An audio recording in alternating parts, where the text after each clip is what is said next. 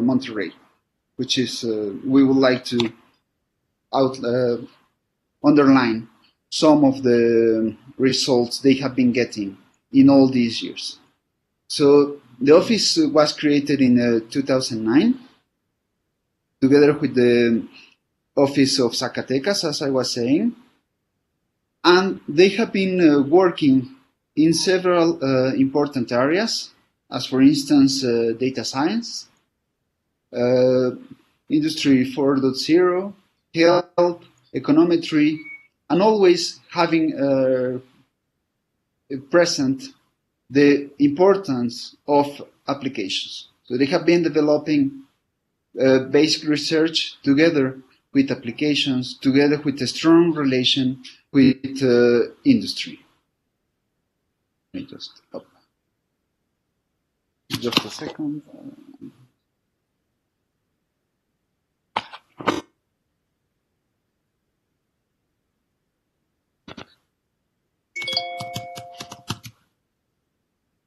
Can you hear me? Okay. Yes. Okay, sorry. I got a problem with my computer.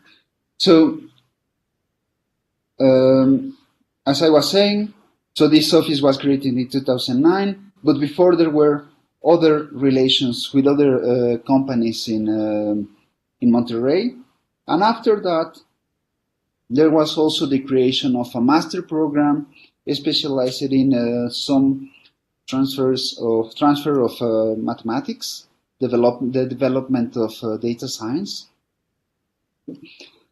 This master program is one of the most recent programs in CIMAT, but we already have quite a lot of students that have been attracted to this program, and that they are having very important jobs in many sectors, in particular in industry. So this master program has a special feature which is very useful for the kind of training they are getting, which is that they are spending some time in some of the industry or collaborating with them. So on the left hand side of this slide, you can see some of the companies or some of the sectors we have been working together with the students in their training. And then on the right hand side, you can see where these students are getting jobs quite quickly after they finish the master. So this is a very good reason to be proud of the work they are doing in CIMAT Monterrey. And as I was saying before, we have many students that graduated from CIMAT, from either of the programs we have. And today we will also have speakers that are former students of CIMAT.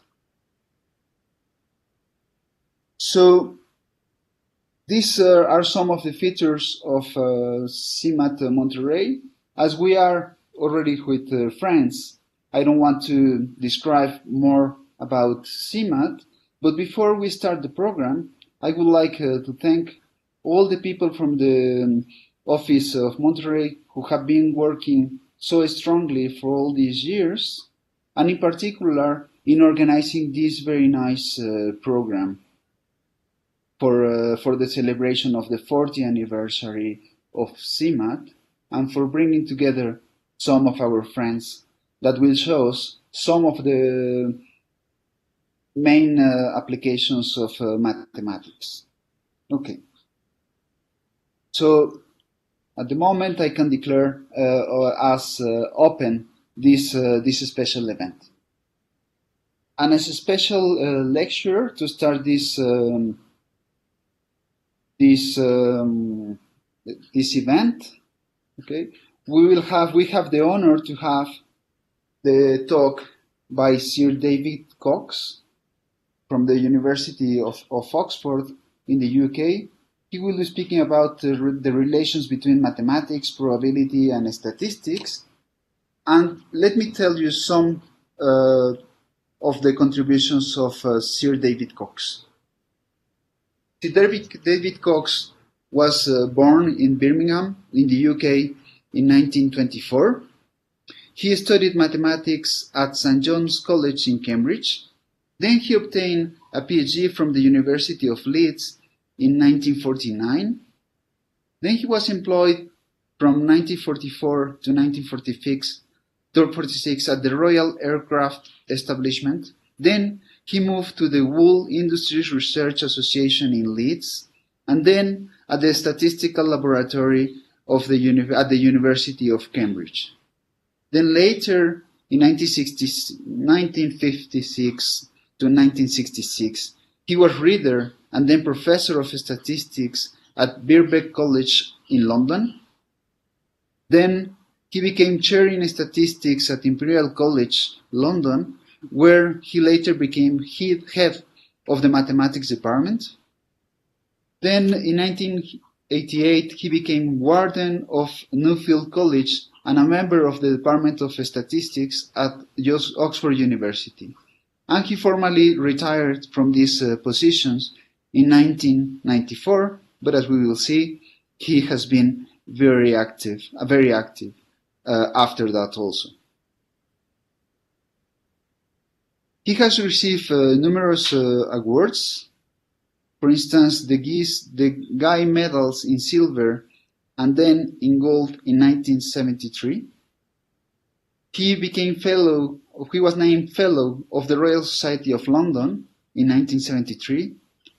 He was knighted by the Queen Elizabeth II in 1985. He is honorary fellow of the British Academy in 2000.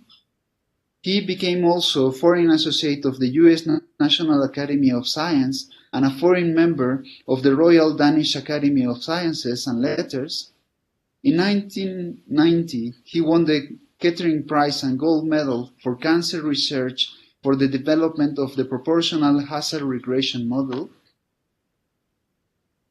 In 2010, he was awarded the Copley Medal of the Royal Society for his seminal contributions to the theory and applications of statistics. He's also the first ever recipient of the International Prize in Statistics. In 2013, he was elected an honorary fellow of the Royal Society of Edinburgh, and in 2016, he won the BBVA Foundation Frontiers of Knowledge Award in the Basic Science category, jointly with Bradley Efron for the development of pioneering and hugely influential statistical methods that have proved indispensable for obtaining reliable results in vast spectrum of disciplines, from medicine to astrophysics, genomics, and particle physics. Some of his best-known contributions have been in logistic regression. He started the development of this area, this very important area, and many extensions of it. He also created proportional hazard models and the stochastic processes that has his name Cox processes. He has also served as president of the Bernoulli Society, of the Royal Statistical Society, and of the International Statistical Institute, so promoting the development of the whole area of probability and statistics, and more generally, mathematics. He has written or co-authored more than 300 papers and books, very influential work. He was editor of one of the most influential journals in applied statistics, which is called Biometrica, from 1966 to 1991. And for our honor, we can say that he's our friend. He has been a supporter and friend of CIMAT for a long time, and we can count many visits of him to CIMAT, to Guanajuato, Monterrey, and other offices in 1993, 1995, 2003, and the most recent in 2016. So with this, I finish the presentation of Sir David Cox. I thank him for all the to researchers and students, and for promoting the statistics in general in Mexico. So here we can see some of the pictures of some of the visits he made to CIMAT. Okay, so now I finish this. I thank again all the organizers of this conference, all our friends for all the help they have been providing to us, for all the collaborations we have been doing together. And then I let you with David Cox. Thank you very much. Buenos dias. Good morning, everyone. It's an enormous pleasure and privilege to take part in your 40-year celebration, 40 years of wonderful activity.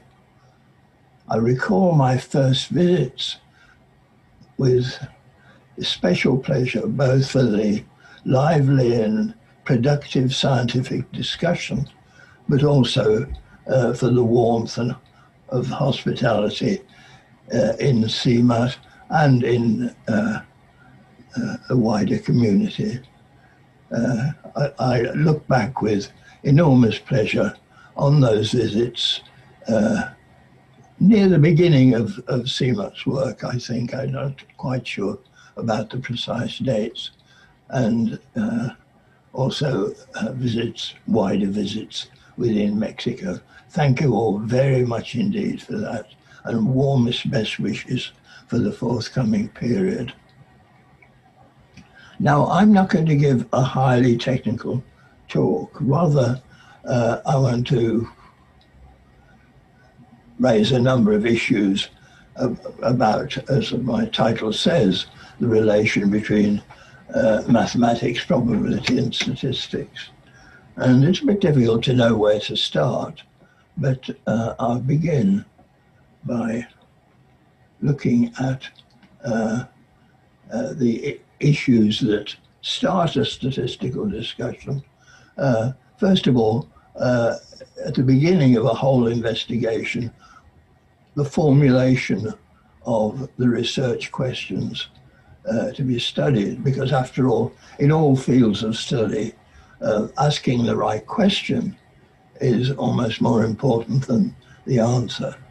Asking fruitful and productive questions is very important. And to some extent, this can be a mathematical and statistical issue of formulating precisely what it is that's going to be studied and what it's feasible to investigate. If we come then to more specific issues of study design, one can think of the design of observational studies in which the world as it is investigated, and the design of experiments in which the investigator sets up the system for study. And particularly within the design of experiments, there is a role for mathematics. Randomization plays a key role, and when special kinds of randomization are involved, the issue of doubly transitive permutation groups arises, and the role of randomization in such designs as Latin squares. And Latin squares, after all, have a long mathematical history going back to Euler, perhaps beyond. On the more modern experimental design, there's a role for Galois fields of finite projective geometry, closely related to corresponding issues in coding theory. Now, these are relatively nowadays a small part of statistical work, but these topics and their future development remain, I think, quite important. If we go beyond study design, we come to issues of metrology. That's to say, how should we measure what it is we want to measure? What are the properties of our measuring instrument? Now, these may be well established from long history and totally secure, but very often key advances come from clever new or deep new ways of measuring features that previously couldn't be accurately determined. Going back many years, the issue of measuring things, measuring people's health by the use of X-rays, when these were first introduced, was a massive, massive introduction in metrology. And part of metrology is studying the security of methods of measurement and the reliability of the conclusions. How often should measuring instruments be recalibrated and so forth? These may not be at the forefront of an investigation, but if they're not got right, poor quality or meaningless data are likely to be generated. Then we come to issues of analysis, which one might think formed the heart of statistics, but I'm implicitly organizing. There's really very much more to statistical thinking than just issues of analysis. But analysis will often be a multi-stage issue, particularly in investigations such as clinical trials, which may go on for a good many years. And it's important that when a new major study is set up, that careful studies made of how reliable the methods of measurement are, how much checking of their validity is necessary, and so forth. These may not seem intellectually very exciting issues of the field, but they can be crucial to getting the right answer. And the four formal aspects of doing all this are heavily probabilistic in so various senses. So I'm going through this issue. We formulate a question, we design a study to investigate that question. It raises issues.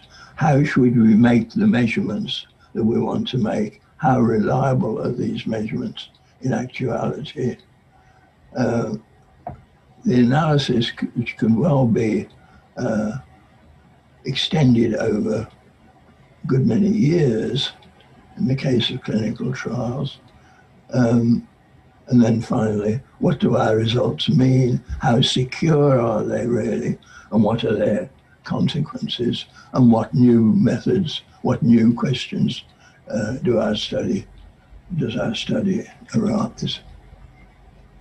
So that's a very broad view of how statistical thinking enters scientific research, and hidden within it are, as I've implied, various technical statistical issues, and hidden within those statistical issues are challenging mathematical problems. And it raises the issue, then, what's the role of probability theory in this really very discursive description I've given of scientific research? Well, if we go back, probability, I suppose, arose originally out of games of chance. But if we go back to about 1800, to Gauss and Laplace, who developed, by different approaches, the method of least squares, which after all still underpins much statistical analysis in some, either directly or indirectly. And they, of course, had different approaches to the method of least squares. Gauss essentially, I think, emphasized what we now say were unbiased estimates of minimum variance, and Laplace emphasized the use of flat prior distributions for a Bayesian derivation of essentially the same answers. If we leap ahead a good many years, thinking about the role of probability was, as I said, initially associated very much with games of chance. Gauss and Laplace shifted the emphasis into science. In the 19th century, there was discussion of issues of the nature of probability, but nothing as important as the development of axioms of probability theory. Kolmogorov wasn't the Soviet mathematician, wasn't the first to do this, but Kolmogorov's axioms, I think, are now regarded as a definitive start of probability as a branch of pure mathematics. Kolmogorov, in his axiomatization of probability, essentially put aside issues of meaning and said probability can be regarded as a branch of pure mathematics. We don't have to discuss its meaning. Here is a vibrant and very active part of modern mathematics. And it's continued like that. Probability is surely one of the most vigorous and exciting branches of modern mathematics.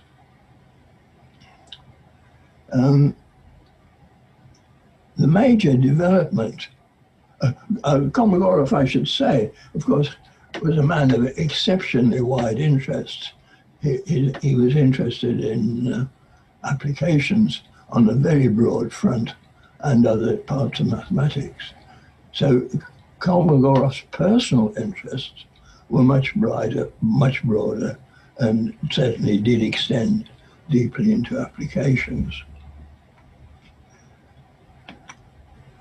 The next major development in the formal theory was probably the Hungarian mathematician Alfred Rény's description in 1953, his extension of the axioms to cover uniform distributions over the real line. In other words, improper distributions that assigned to a real parameter mu, the measure d mu.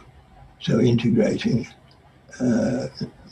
not integrating to one, not convergent when integrated over the whole real line. And if I can include a personal note, the very first scientific international meeting I went to was in 1953, and in Amsterdam, the International Congress of Mathematicians. And I recall Rényi giving his paper in which he presented the notion of improper priors, and the Kolmogorov sat in the front row. And although Rényi was a very cheerful and jolly man, a very friendly man, he was clearly very nervous with Kolmogorov sitting there, but Kolmogorov stood up and said something briefly in German, which apparently was approval of what Rényi had done.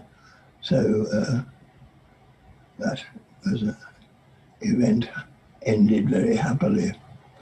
So I think one could say on the formal mathematical side, it was Kolmogorov's axioms in certain cases augmented by Rényi that are crucial for us the development of modern probability. And I put on the notes there, you see, that leads to a vibrant branch of pure mathematics that avoids the discussions of what probability actually means. But as statisticians, we can't escape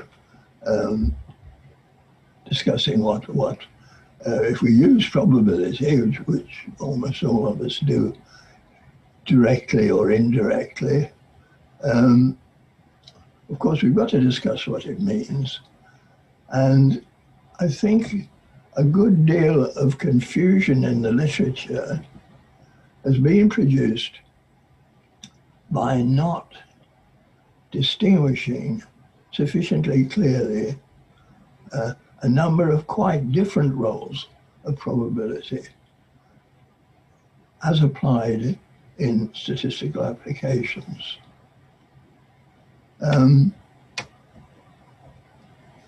Several major workers in the field explicitly describe at least two different meanings, but perhaps there's need for more. And those meanings are as follows. First of all, we may use probability to describe in physical or subject matter terms the generating process, the way in which a Brownian motion particle moves, the way in which an epidemic is generated and passes in time and space between individuals. And probability may be useful to describe, or may be crucial indeed, to describe that generating process in a way that is fruitful. But sometimes the representation is less direct. We have some variability that we're interested in, but there's also some, let's call it noise, left over, and we'd like to represent that formally. An example of this is the use in linguistic studies, cases of disputed authorship. Now, one example of this, going back to the ancient Greeks, is concerned with the works of Plato. Now, Plato wrote a number of works, and there is some dispute amongst classical scholars as to the order in which he wrote these works, which is apparently interesting in order to understand their intellectual development. And so what has been sometimes done is to take an aspect of the work that has no particular meaning, like the distribution of stress on the last 2 or 3 syllables in a sentence. So if we take 3 syllables of the sentence, each stressed or unstressed, we've got 8 types of sentence. And this varies apparently haphazardly, not probabilistically of it in the immediate sense, but in a way that cannot be immediately explained. And to represent the variation between sentences within a work by a probability distribution is an imaginative extension of probability, which may help understanding the variation between different works. So we characterize each work by a probability distribution of across the 8 sentence ending, possible sentence ending, and then we compare those probability distributions by formal statistical methods to get some notion of the order in which the works were written. Now, that's a use of probability in which what we're doing is we've got some variability. We don't really understand it, but it has some stable properties. We describe those stable properties as being elements of a probability distribution. But there's no question of repetition, because the works of Plato can't be repeated in any sense. They're absolutely unique. It's a description of, as I put it in the slide, the representation of unexplained variability. And then the third possible use of probability is that we have a study, we have the data, we've analyzed the data, and we think we've found some interesting conclusions. How secure are those conclusions? How much uncertainty is involved in assessing them? And a very substantial part of modern statistical theory hinges on that question. Can we do it with one notion of probability, or do we need more than one? Now, almost all statisticians, I think, who've written about this, with the possible exception of Professor Neyman in Berkeley, almost all have felt the need for at least two different interpretations of probability. One as a description of a generating process, and the other as a measure of people's uncertainty. And that although these two notions of probability obey the same axioms and are covered by the theoretical calculations of probability theory, they are quite distinct things. And much of the confusion that surrounds, for example, significance tests, particularly in the United States, the recent, to my mind, very confused discussions of the roles of significance tests fail to distinguish between these quite distinct roles.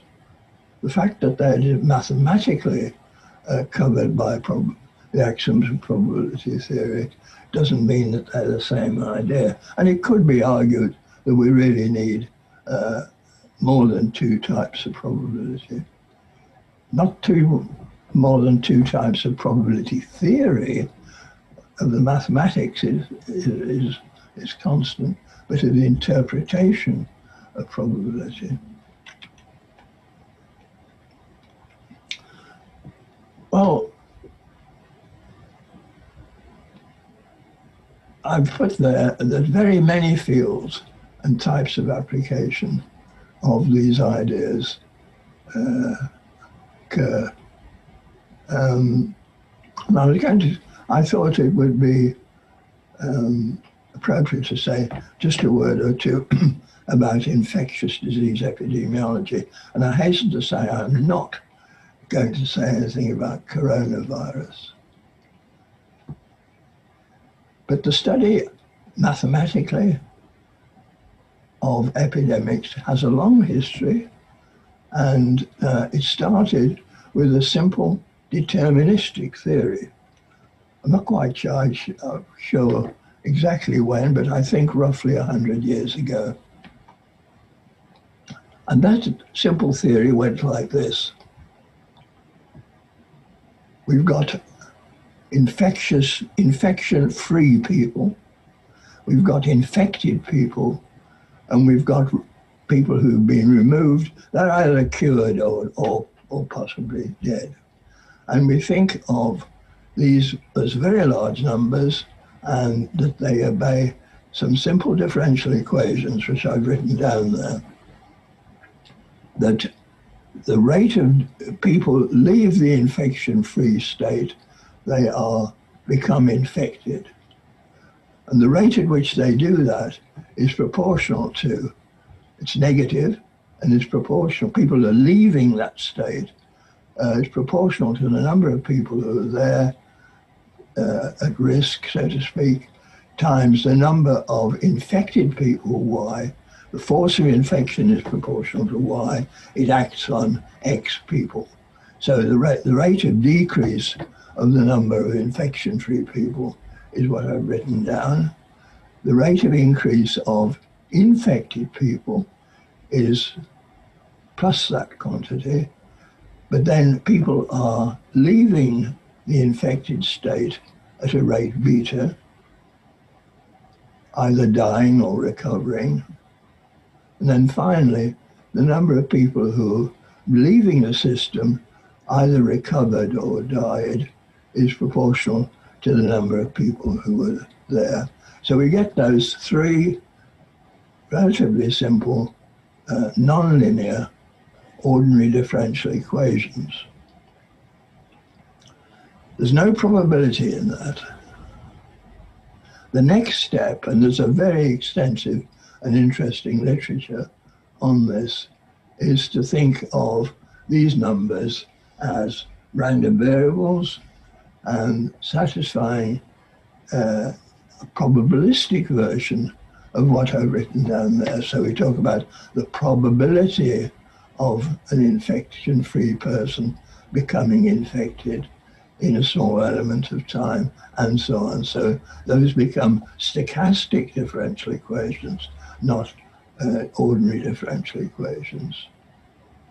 Now, that's capable of vast elaboration in all sorts of ways, different types of people, different levels of risk, bringing geography into the system, and so forth.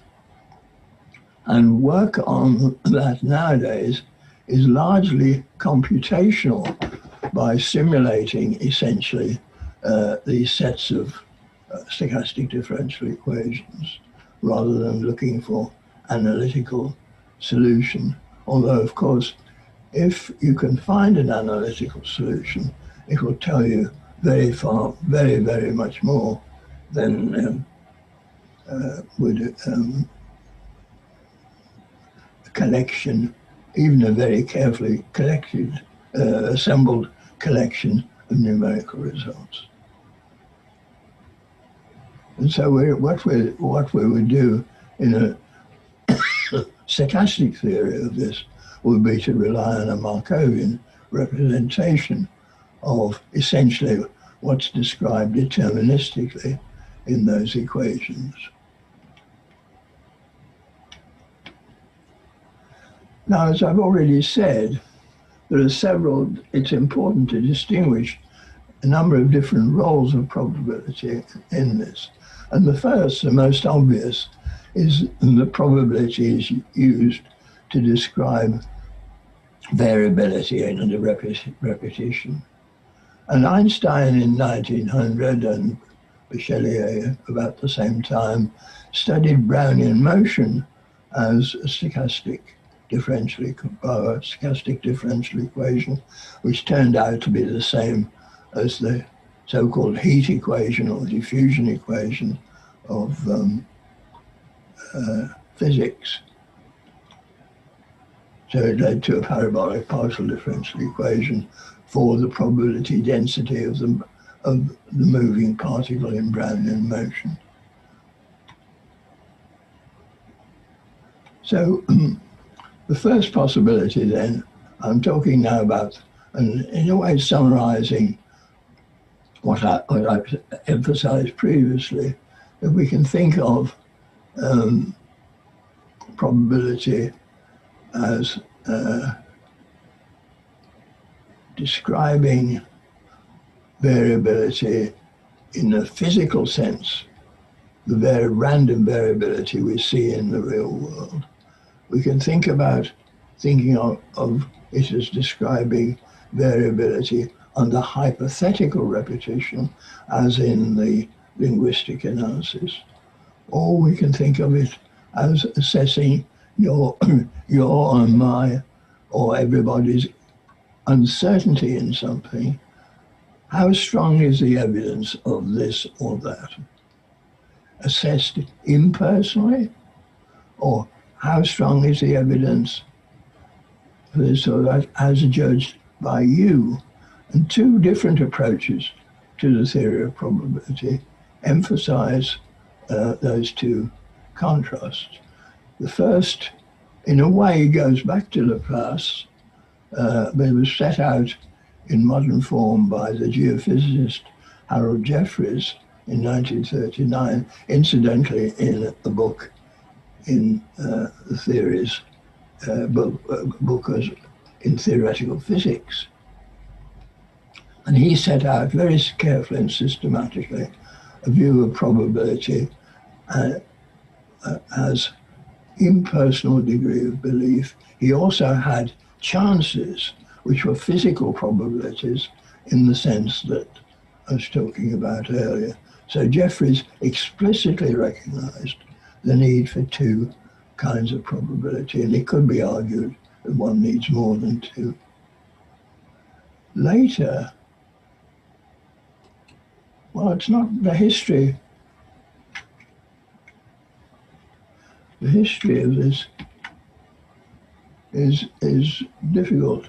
In the mid-1920s, the Cambridge philosopher F.B. Ramsay set out a theory of probability in which the probability of something is your strength of belief that this will happen. And it's totally personal to you. Your personal probability is not the same as anybody else's, because it's what you feel in the light of your knowledge about whatever it might be. And the most notable development of that, one that received most publicity, was up by L.J. Savage starting in the mid-1950s. And Savage became convinced that really the right way to study probability was to regard it as concerned with your degree of belief, subject to the constraints of acting in a self-consistent manner. The snag with his approach was, I think, that he didn't explicitly recognize the need to the degree of belief to correspond to the real world. I'm sure at a personal level he did, but in his formal theory that is not recognized. So we've got several, or one could say many, distinct roles of probability, and elements of them occur in the current literature, and as I'm stressing, have quite a long and interesting history. But as far as the mathematics is concerned, we go back to Kolmogorov.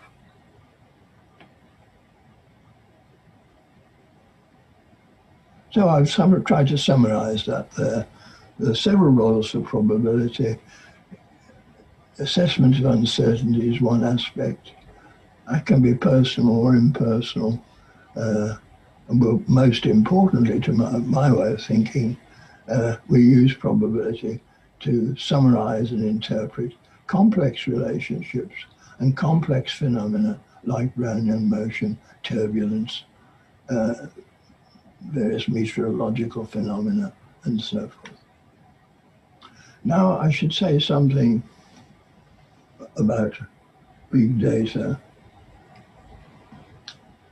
which is a phrase one hears a lot nowadays, sometimes with the implication that if you have big data, normal statistical considerations don't matter very much. Essentially, the argument is most standard errors of estimates that we might make are inversely proportional to the square root of sample size.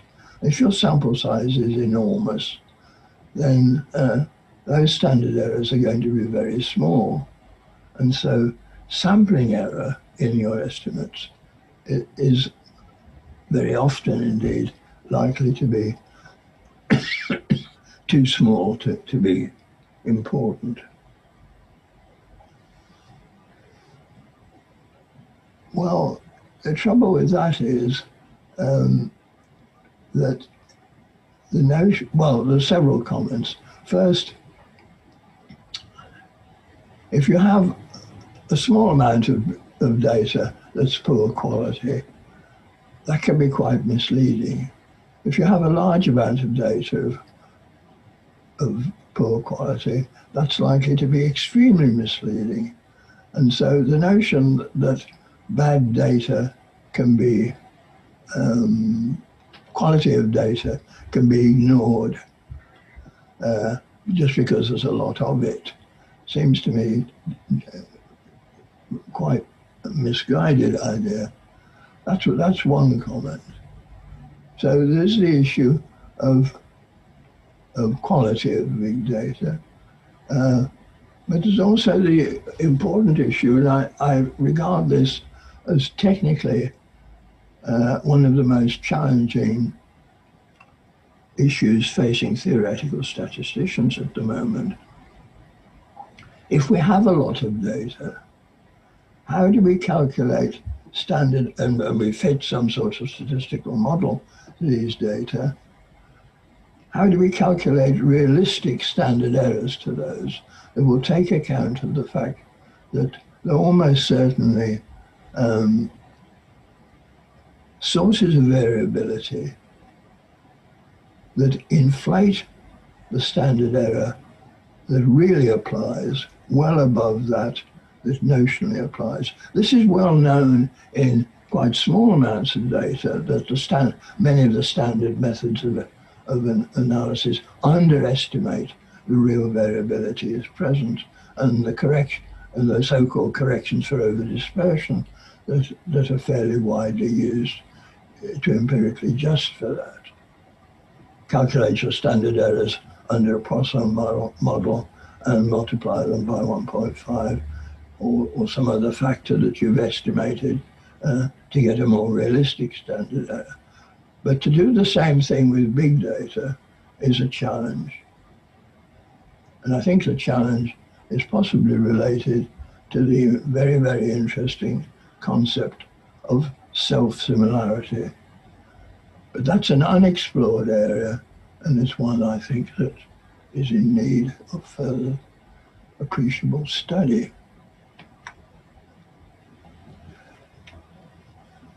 I'm just going to go very hastily through a few more detailed points. Quite often we're studying how does one thing depend on other variables. If we have a single outcome, a small number of explanatory variables, and a modest number of individuals, that's a textbook situation. There are all sorts of problems and difficulties that can arise, the effect of outliers and so on and so forth. But we can call that textbook regression with caution, as I've put. If we have a relatively large number of explanatory variables, but many more individuals, then all sorts of procedures, ridge regression, and so forth are in use. But a very important development was made by Tibshirani, 1996, and that is that you should use some sort of penalized regression in the following sense, that if we say we will minimize fitting by least squares, that we will minimize the sum of squares subject to a quadratic penalty.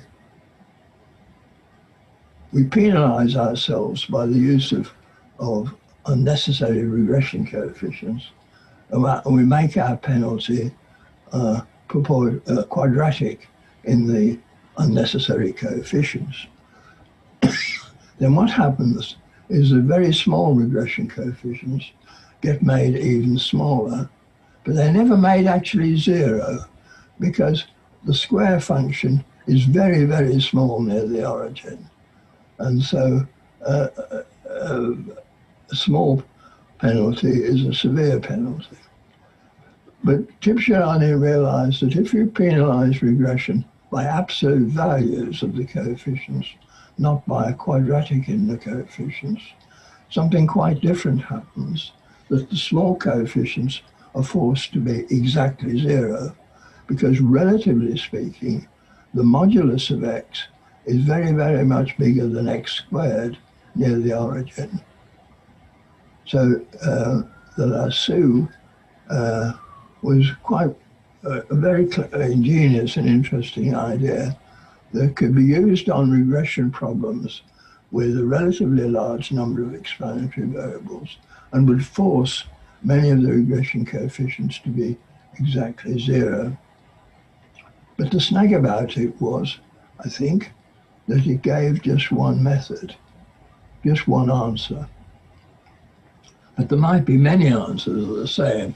And my friend Heather Batty and I have, in 2 papers, set out an alternative procedure that aims to produce, in a certain sense, what we would like to think of as a confidence set of possible models.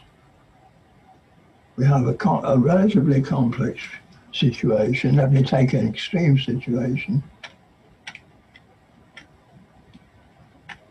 If I can find it. We arrange our variables in an array, and we form subsets in a systematic manner. And the general idea is that we should go through these possible regression coefficients and find not a single set of coefficients, but a confidence set which said things like this: you absolutely must have in your equation this and this. But then there are other variables, some of which should go in, but you can't be sure which they are. And that seems a more, that's essentially trying to provide a confidence set of possible models that will be satisfactory. I'm not going to just try and describe that in detail, but I'll give some references at the end.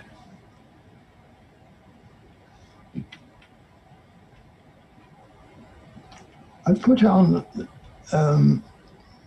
these two other general issues that,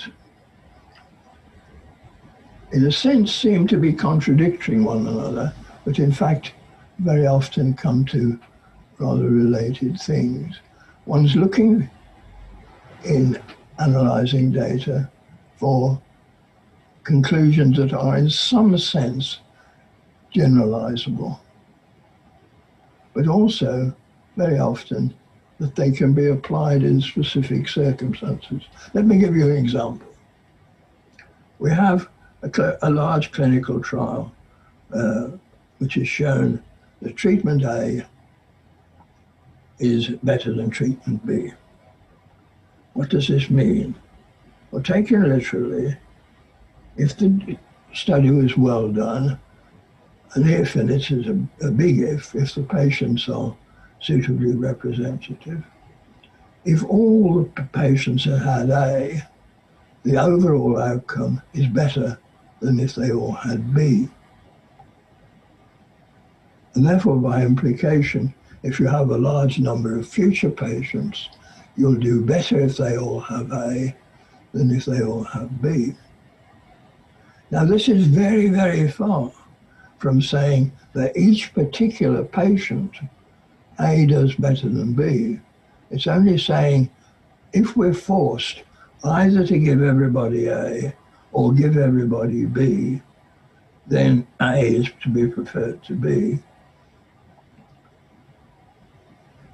As contrasted with the problem faced by a treating clinician who's got a patient in front of him or her, what is good for this particular patient? That's an issue of specificity. Can we have confidence that the trial that establishes the overall superiority of A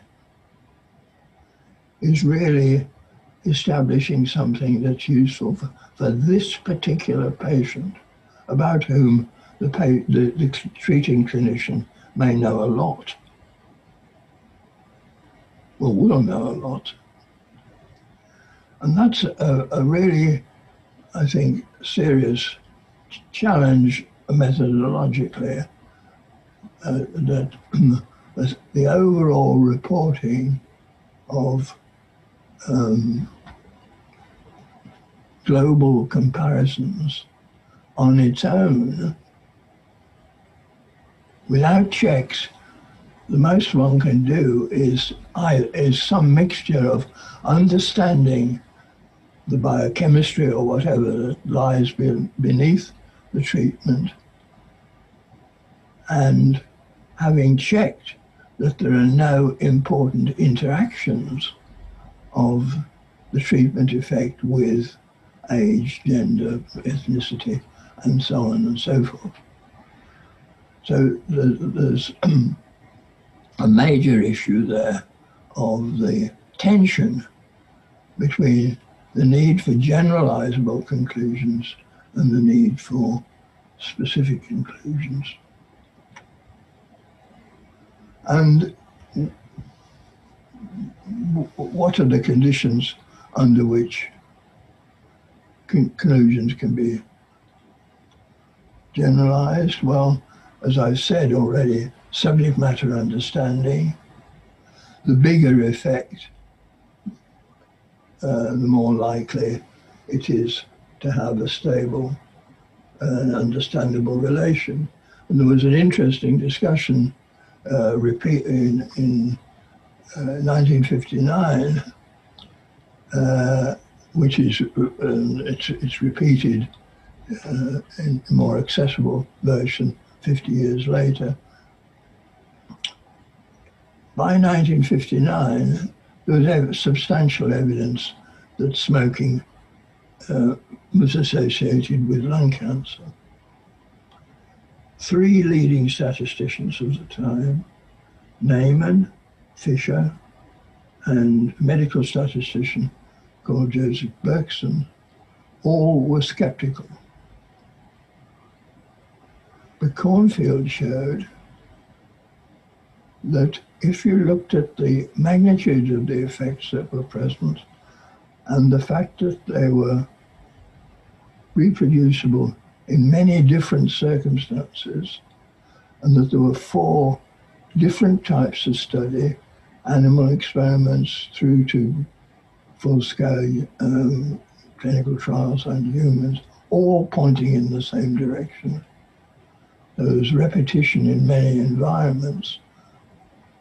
That those first 3 reasons are the basis for being able to generalize a study.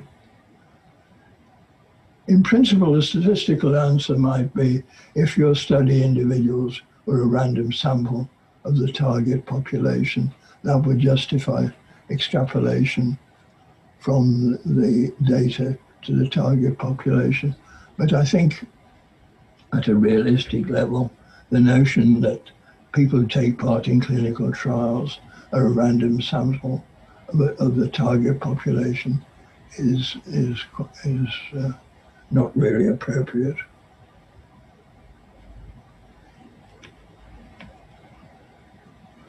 Specificity, I've already mentioned. Looking over the statistical literature, what are its current limitations? First, and this last point I made is relevant, it puts emphasis on the security of individual studies, of doing experiments or observational studies or sample surveys that will be individually secure in their interpretation. Now that's a good thing, of course, but if it leads to regarding the individual studies in isolation, it's not a good thing. There are no satisfactory formal procedures for mixing entirely different kinds of information and testing their qualitative consistency. That has to be left to a matter of judgment. And then I've put especially, there's a need for the realistic assessment of precision from large sets of data.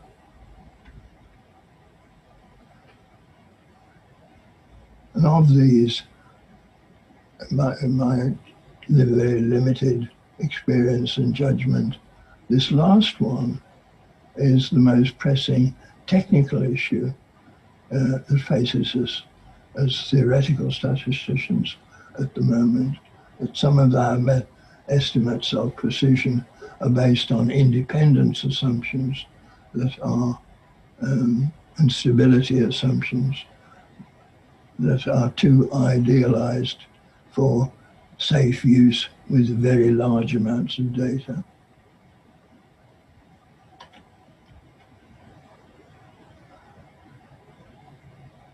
Throughout all this, I've said very little about computing, and I'm taking it for granted that the history of statistics over the last 100 years or more, the development of statistics has been very appreciably determined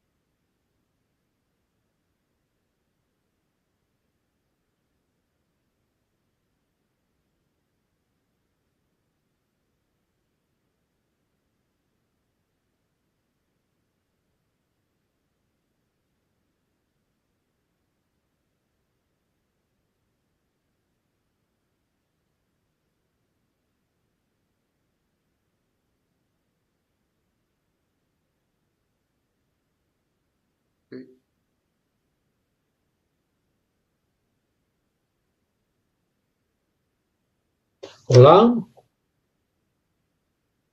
¿se oye el vídeo? Sí, se escucha bien. Ah, se escucha bien, estupendo. Sí, se ve bien. So, Graciela, you will continue with the... Yes, yes.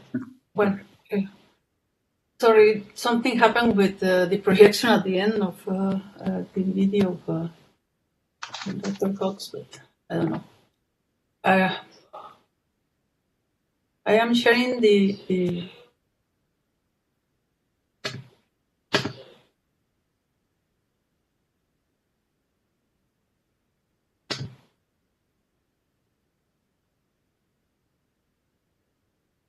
¿Por qué no?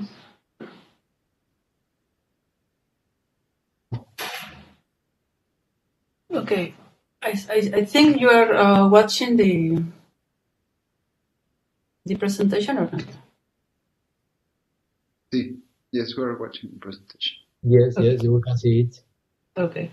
Well, I'm going to switch to Spanish for this next talk, and I'm going to present Dr. Daniel Peña, and just for those that don't know him,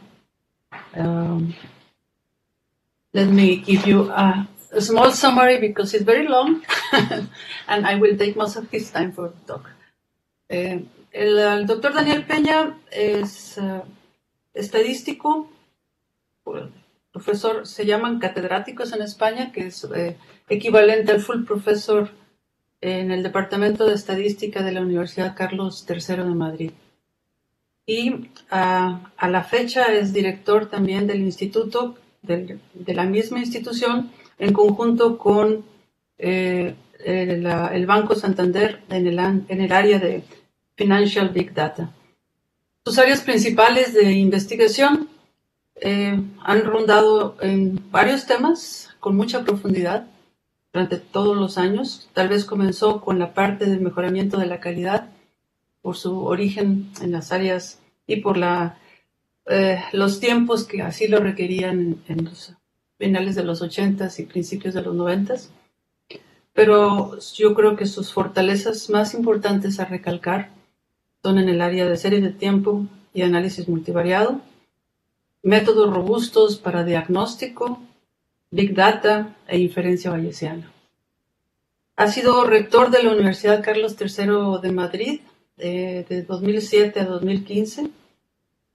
Ha tenido muchísimos otros puestos que no voy a mencionar, pero voy a mencionar uno en particular que ha sido fue director del Departamento de Estadística de la Universidad Carlos III de Madrid en diversas ocasiones.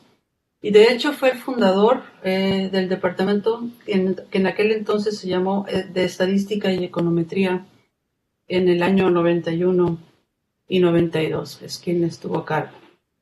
Ahí fue donde yo lo conocí, porque tuvo a lo mejor la idea de traer gente joven, recién graduada, y entre esos caí yo. Y a partir de esa fecha pues he tenido una relación estrecha no solo con él, sino también con la Universidad Carlos III. Él ha venido varias veces a CIMAT en diferentes conceptos y pues nosotros lo hemos visitado y hemos tenido también estudiantes allá en la Carlos III. A ver, no se mueve la presentación. Ahí está. Su obra es muy extensa, tiene varios premios, muchísimos, recalqué solamente unos cuantos también aquí.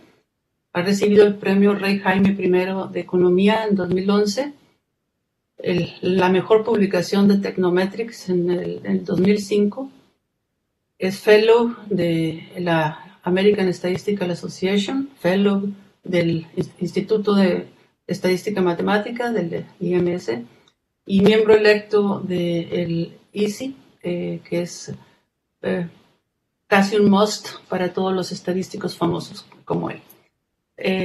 Tiene 150, cuando menos, artículos publicados en journals internacionales de mucho prestigio. Tiene más de 63 también en castellano, porque ha hecho también un trabajo de divulgación muy importante de la estadística en muchos sectores. Ha graduado 26 estudiantes de doctorado y comparte con ellos una gran parte de sus publicaciones. Y no solamente eso, sino ha publicado una serie de libros que ustedes ven por ahí. Hay que recalcar posiblemente dos muy importantes, que son estos dos, con autores internacionalmente reconocidos, todos ellos en el área de series de tiempo de manera importantísima. Y tiene este libro de análisis multivariado que es muy bonito. A todos nuestros estudiantes les gusta mucho este libro, ¿no? ¿Y por qué recalco este libro acá, así como a lo lejos, medio tirado? Pues porque no sé si se alcanzará a ver. Voy a dejar de compartir la pantalla un segundo. Si me deja esto. Y les voy a mostrar este libro. ¿Lo ven? Pues casi se está desbaratando. A ver, no sé si se alcanza a ver ahí. Se me está desbaratando, pero cuando yo llegué a la universidad, lo primero que me preguntó fue, ¿qué cursos te han asignado? Y yo le dije, bueno, pues probabilidad estadística. Se levantó, cogió el libro, y me lo entregó y me dijo, a ver, a lo mejor te puede ser útil. Y la verdad, no solamente ha sido útil para mí, ha sido útil para mucha gente también. Y le agradezco mucho su regalo, en particular en esa época, porque era no la primera vez que yo daba clases, pero la primera vez después de muchos años, porque fueron años de estar en la maestría y en el doctorado, y era un poco distinto, porque el sistema español es un poco más complejo en términos de número de estudiantes por grupo. Yo tenía un grupo de 200 estudiantes en un auditorio, un poco amenazante cuando tiene uno esta edad. Y aparte, lo que yo creo que debemos recalcar de de Daniel es que es una persona carismática, afable, siempre dispuesto a apoyar y ayudar a todos a crecer, a todos los que le rodeamos, ya sean sus estudiantes o sus colegas. Entonces los dejo en este momento en su plática. Su plática está basada también en un artículo muy importante que salió recientemente en la revista Test y del cual pues ya nos contará. Adelante, Daniel. Perfecto, muchísimas gracias. Muchísimas gracias. Voy a ver si comparto pantalla para ver, pero un momento, bueno, esto tiene que estar al final, vamos a ver, al principio de todo. ¿Se ve bien la pantalla así? ¿Veis la pantalla? Vamos a ver, no estoy compartiendo. No se está compartiendo todavía. Ahora está compartiendo la pantalla, vale, ahora creo que sí, vamos a ver. ¿Ahora lo veis? ¿Se ve la pantalla? Sí, se ve correcto. Ah, estupendo. Bueno, muy bien. Bueno, pues muchísimas gracias a Graciela por su presentación. Para mí es un placer tener esta oportunidad de hablar en un hecho tan notable como los 40 años del CIMAT. Yo estuve allí y, bueno, quiero dar las gracias a Graciela por darme la oportunidad de estar hoy aquí. Yo la visité, la he visto tanto en España, porque ella, como ha comentado, vino cuando era muy joven, y luego ha hecho visitas regulares también a la universidad, a los seminarios, y ha trabajado con gente de la universidad, y también yo he ido muchas veces a México como consecuencia de sus invitaciones, y la verdad es que Graciela siempre ha sido una gran amiga y un apoyo, y para mí, cuando me pidió hablar aquí, pues por supuesto le dije que sí inmediatamente, y en fin, cualquier cosa que me pida en el futuro me comprometo a hacerlo, ¿no? Porque siempre se ha portado muy bien conmigo y ha sido una excelente amiga. Bueno, pues la charla que voy a presentar, que tiene por título Nuevos enfoques de estadística en Big Data, está organizado como aparece aquí. En primer lugar voy a hacer una pequeña introducción, porque en fin, todo el mundo sabe lo que es Big Data, pero voy a resaltar algunas de las implicaciones que tiene, sobre todo para la estadística. Luego me detendré un momento en los cambios que el Big Data ha supuesto para la estadística. De hecho, la estadística, pues como ciencia de los datos, ha ido cambiando a medida que la disponibilidad de los datos variaba, ¿no? Y esto, la aparición del Big Data, pues ha tenido un impacto muy grande en su evolución. A continuación, como punto tercero, hablaré de la relación entre el campo que está emergiendo, la ciencia de los datos o data science, y la estadística. La estadística va a jugar un papel muy importante dentro de data science, pero obviamente no es la única, sino hay otras disciplinas también que van a ser importantes, y eso lo comentaré también. Y luego pondré brevemente un ejemplo de análisis hecho desde el Instituto de Big Data, al que ha hecho referencia Graciela. Son datos del Banco de Santander, y finalmente habrá unas conclusiones finales breves. Bueno, nos encontramos en una situación nueva, yo diría, en la historia de la humanidad, porque los datos siempre han sido escasos en la historia. Primero no existían, hasta que no apareció la escritura, pues básicamente datos con el sentido que lo entendemos hoy no existían. Luego tenemos que esperar a la imprenta para que puedan difundirse los pocos datos que se toman, de tipo astronómico, especialmente al principio, y realmente los datos no empiezan a formar parte de la sociedad hasta el siglo XIX. Y en cualquier caso, su presencia en la mayoría de los campos es pequeña, y la idea generalmente que tenía una persona pues formada, digamos, en el siglo pasado, es que los datos son escasos, son costosos de adquirir, y hay que mirarlos con mucha atención, y la estadística se creó para aprovechar lo más posible la información contenida en los datos, pensando que los datos eran pocos. Pero ahora esto ha cambiado radicalmente en este siglo, digamos. En este siglo casi cualquier cosa que hacemos, pero que hacemos las personas, pero también animales en granjas, o que estos son observados en la naturaleza, y también máquinas, procesos, fenómenos climáticos, etcétera. Casi cualquier cosa se controla con sensores, que a veces están en teléfonos móviles o en aparatos TIC en general. Y estos sensores o nuestra actividad a través del ordenador, cuando visitamos páginas web, etcétera, o nos movemos en las redes sociales, pues genera automáticamente datos que además tienen un coste muy bajo. Marginalmente tiende a cero, ¿no? El coste de recogerlos.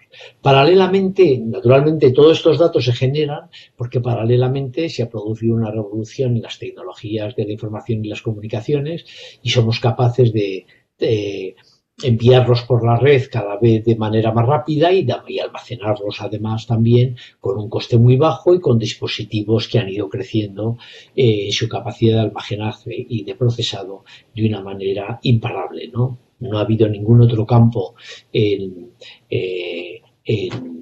las actividades humanas en el cual el crecimiento haya sido tan grande como en los métodos de cálculo y manejo de datos. Y estos datos, estas gigantescas masas de datos, ahora me referiré un poco más a su tamaño dentro de un momento, pero están cambiando todo, están cambiando nuestro trabajo, están cambiando nuestro ocio, el cuidado de nuestra salud y también terminarán cambiando pues nuestra democracia y nuestra organización social. Bueno, a ver, voy a pasar aquí, ¿por qué no pasó? No pasa esto, bueno, aquí pasa esto, perfecto. Bueno, ¿cómo son estas masas de datos que estamos creando de gigantescas? Pues simplemente por dar una pincelada, porque esto es bien conocido y aparece continuamente muchas veces en los artículos sobre cómo están cambiando los datos en nuestra sociedad. Pues Google tiene ya más cerca, la población del mundo es aproximadamente 7.000 millones. Y la mitad son usuarios de Internet. Pues Google tiene más de 1.000 millones, más de 1.000 millones de usuarios y incluye sus datos. Google recoge gigas de información de muchos usuarios. De hecho, varios tienen en este momento como 200 petabytes.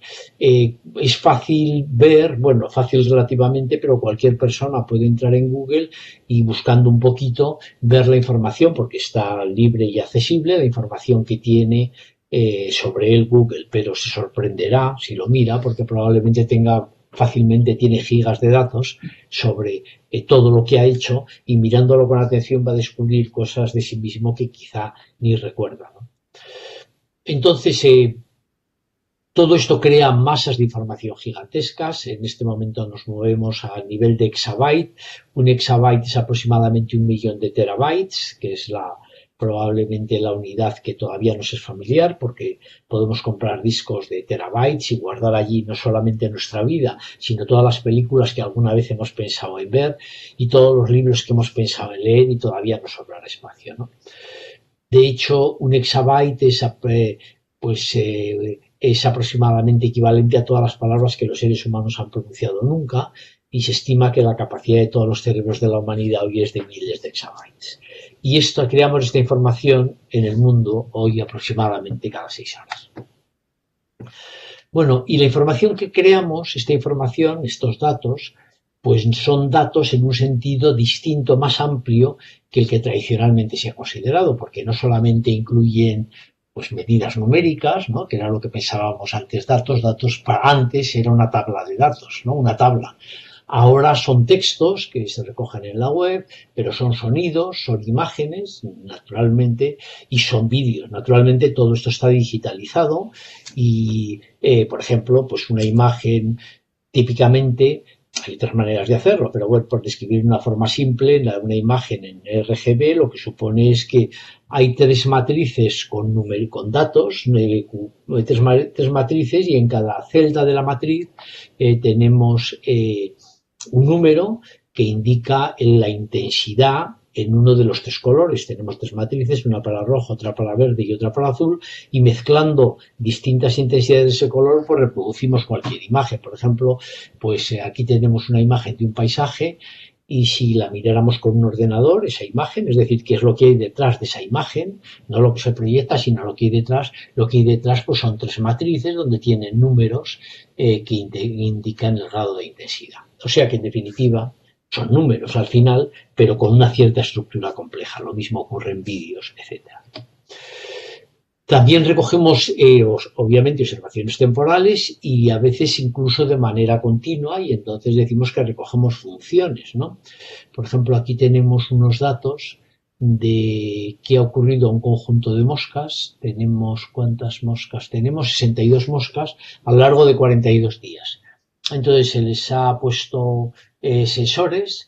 Y aquí tenemos el tiempo que han invertido en alimentarse, en volar, en descansar o en andar. Aquí tenemos la trayectoria de cada una de las moscas.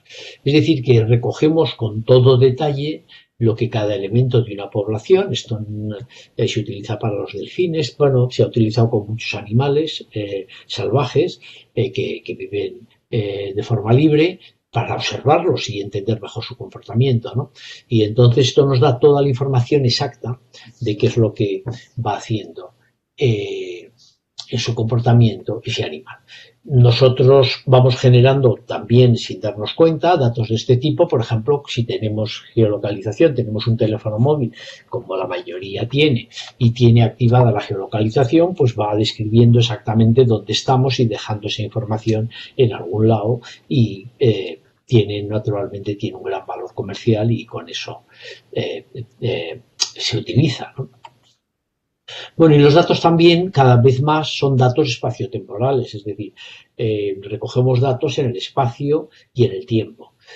Por ejemplo, aquí tenemos unos datos que corresponden estos son distritos postales, oficinas postales de la ciudad de Madrid, y entonces para reorganizar las oficinas, pues se ha hecho un estudio de cómo se distribuyen los paquetes y cartas que llegan a esas oficinas. Entonces tenemos naturalmente series temporales, o sea, a lo largo del día, qué es lo que va ocurriendo, y también tenemos en el espacio donde ocurre. Por ejemplo, aquí en la parte de la derecha de una oficina vemos a los puntos en los cuales se envía la información.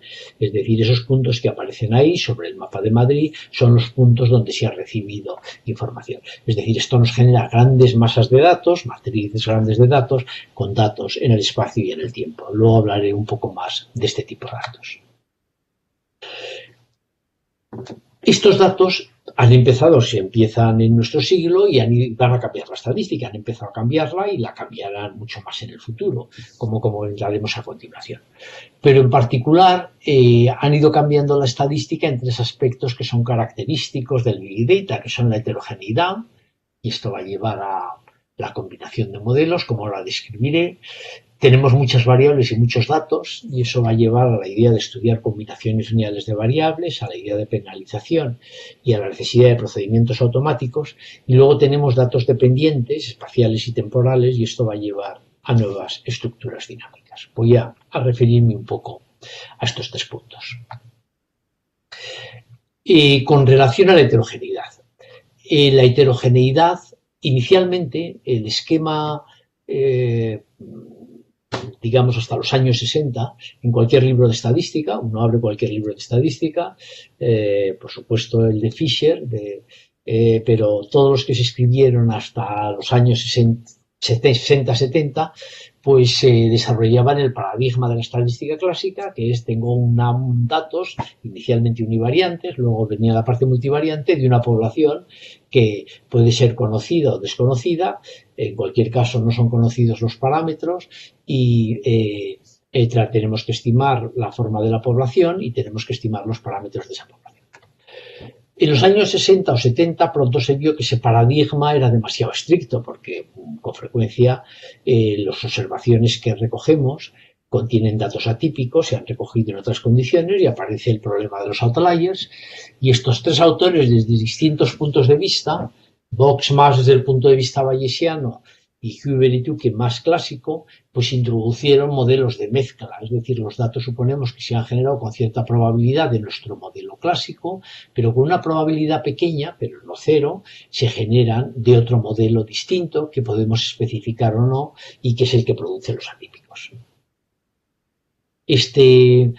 Esta formulación pues es lo que llevó a Huber se la que utilizó para crear su teoría de la robustez, que luego ha tenido muchos desarrollos, y este modelo ayudó a entender y a entrocar mucho más el análisis de observaciones atípicas e influyentes dentro de la metodología estadística.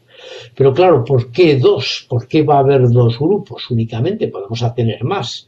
Y en los años 80, pues poco a poco se empezó a introducir la idea de mixturas, es decir, de tener varias distribuciones que pueden generar datos de los que observamos. Es decir, que si yo tengo una muestra de datos multivariantes, pues lo que suponemos es que eso se ha generado por distintas distribuciones de probabilidad.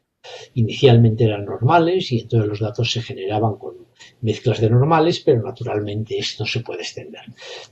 El modelo de varias distribuciones de probabilidad lleva la idea de clúster por variables y, de hecho, pues ha sido muy importante para el desarrollo de los métodos de clúster en los años 90, y también esto impulsó, en el momento en que empezamos a considerar que las observaciones pueden venir de varios modelos, pues la idea de prever mezclando distintos modelos. Por ejemplo,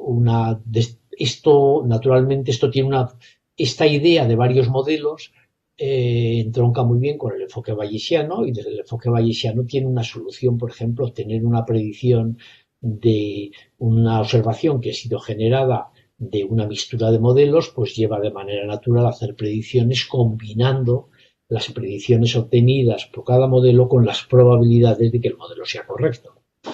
Y vemos que, por lo tanto, la idea de heterogeneidad sucesivamente nos lleva a la idea de combinar modelos. Combinar modelos desde el punto de vista frecuentista, pues proporcionalmente a su precisión, o desde el punto de vista bayesiano, proporcionalmente a su probabilidad. Vamos a ver posteriormente que dentro del Big Data esta idea se extiende todavía bastante más. Bueno, el segundo problema que tenemos es que y entonces ha habido tres enfoques para tratar con el problema. El primero es tratar de reducir la dimensión del espacio de las variables, y eso ha llevado, generalmente esto se ha hecho en estadística, sobre todo desde el punto de vista lineal, mucho en problemas de regresión, también en clúster, y eso lleva a la idea de proyecciones o buscar combinaciones lineales de las variables. En vez de trabajar con las variables, buscar con combinaciones lineales de las variables que podemos interpretarlos como proyecciones sobre ciertos espacios de dimensión menor. Esto ha tenido muchos enfoques distintos. En regresión, pues una idea inicial fue Slight Hyperregression. Partial Least Square también está relacionado con este problema, Projection Pursuit Regression, y la idea del subespacio central que recoge la información en análisis multivariante y regresión, y este libro quizás característico de este enfoque que ha sido desarrollado por Cook y sus colaboradores. Esto no solamente se aplica a regresión, se puede aplicar, por ejemplo, a clúster, y a continuación, como ejemplo, pondré un ejemplo de un trabajo realizado con Javier Prieto de mi universidad de cómo se puede aplicar estas ideas al clúster. Otro camino para tratar de resolver el problema de muchas variables y datos es reducir el número de variables y de parámetros, el número de parámetros a estimar, penalizando introducir parámetros. Esto da lugar al método más utilizado actualmente, fue propuesto por Tifsirani a finales de los 90, como ahora comentaré, pero digamos esta escuela de pensamiento muy ligada a Stanford, pues y ahí está muy bien representada en el libro de Elements of Statistical Learning del grupo de Stanford, que describe muy bien los nuevos enfoques para tratar con datos masivos desde el punto de vista de la estadística moderna, podríamos decir, ¿no? Del aprendizaje estadístico. Y luego la necesidad de trabajar con muchas variables y datos lleva también a la necesidad de procedimientos automáticos. No podemos estar mirando que si tenemos que estimar muchos modelos y tenemos muchas variables y datos, no podemos confiar en los procedimientos antiguos de ir introduciendo una variable cada vez, mirar los residuos, hacer diagnóstico, etc. Eso es inviable con muchas variables, necesitamos procedimientos automáticos. Voy a revisar estos tres enfoques con un poco más de detalle. ¿Qué quiere decir, por ejemplo, cómo reducir el espacio de la variable mediante combinaciones lineales? Pues la idea es buscar un espacio de dimensión reducida que contenga la máxima información sobre el fenómeno que queremos buscar. Por ejemplo, si queremos buscar clústeres en los datos, lo que tratamos de buscar un espacio de dimensión menor, ¿no? De pocas variables, empezamos con una y luego lo vamos incrementando, que contenga toda la información. ¿Es eso posible hacerlo? Pues sorprendentemente sí. De hecho, nosotros demostramos en este artículo, Peña y Prieto, que si en casos simples es posible hacerlo óptimamente. Es decir, si yo tengo una muestra de datos y suponemos las hipótesis tradicionales que hice para cuando la función lineal discriminante es óptima. Tenemos dos poblaciones normales, multivariantes, con distintas medias, pero la misma matriz de varianzas y covarianzas. Así es como se han generado los datos, pero yo no lo sé. Para construir la dirección óptima de discriminación tengo que conocer las medias, tengo que conocer qué datos pertenecen a una población y cuál a otra. Bueno, pues sin saber nada, si yo busco la dirección de proyección de los datos que tienen mínima kurtosis, automáticamente obtengo la función lineal discriminante de Fisher. Es decir, que bajo ciertas hipótesis, y esto puede generalizarse buscando no una dirección, sino subespacios de dimensión mayor. De hecho, se puede hacer una matriz de kurtosis y buscar sus valores y vectores propios y buscar subespacios a partir de ahí. Es decir, es posible encontrar subespacios que contengan casi toda la información, también esto puede hacerse en regresión y en otros problemas, buscando espacios con un criterio adecuado que refleje precisamente lo que queremos buscar. En este caso, kurtosis es una medida global que nos separa casos que tenemos cuando tenemos grupos y no los tenemos.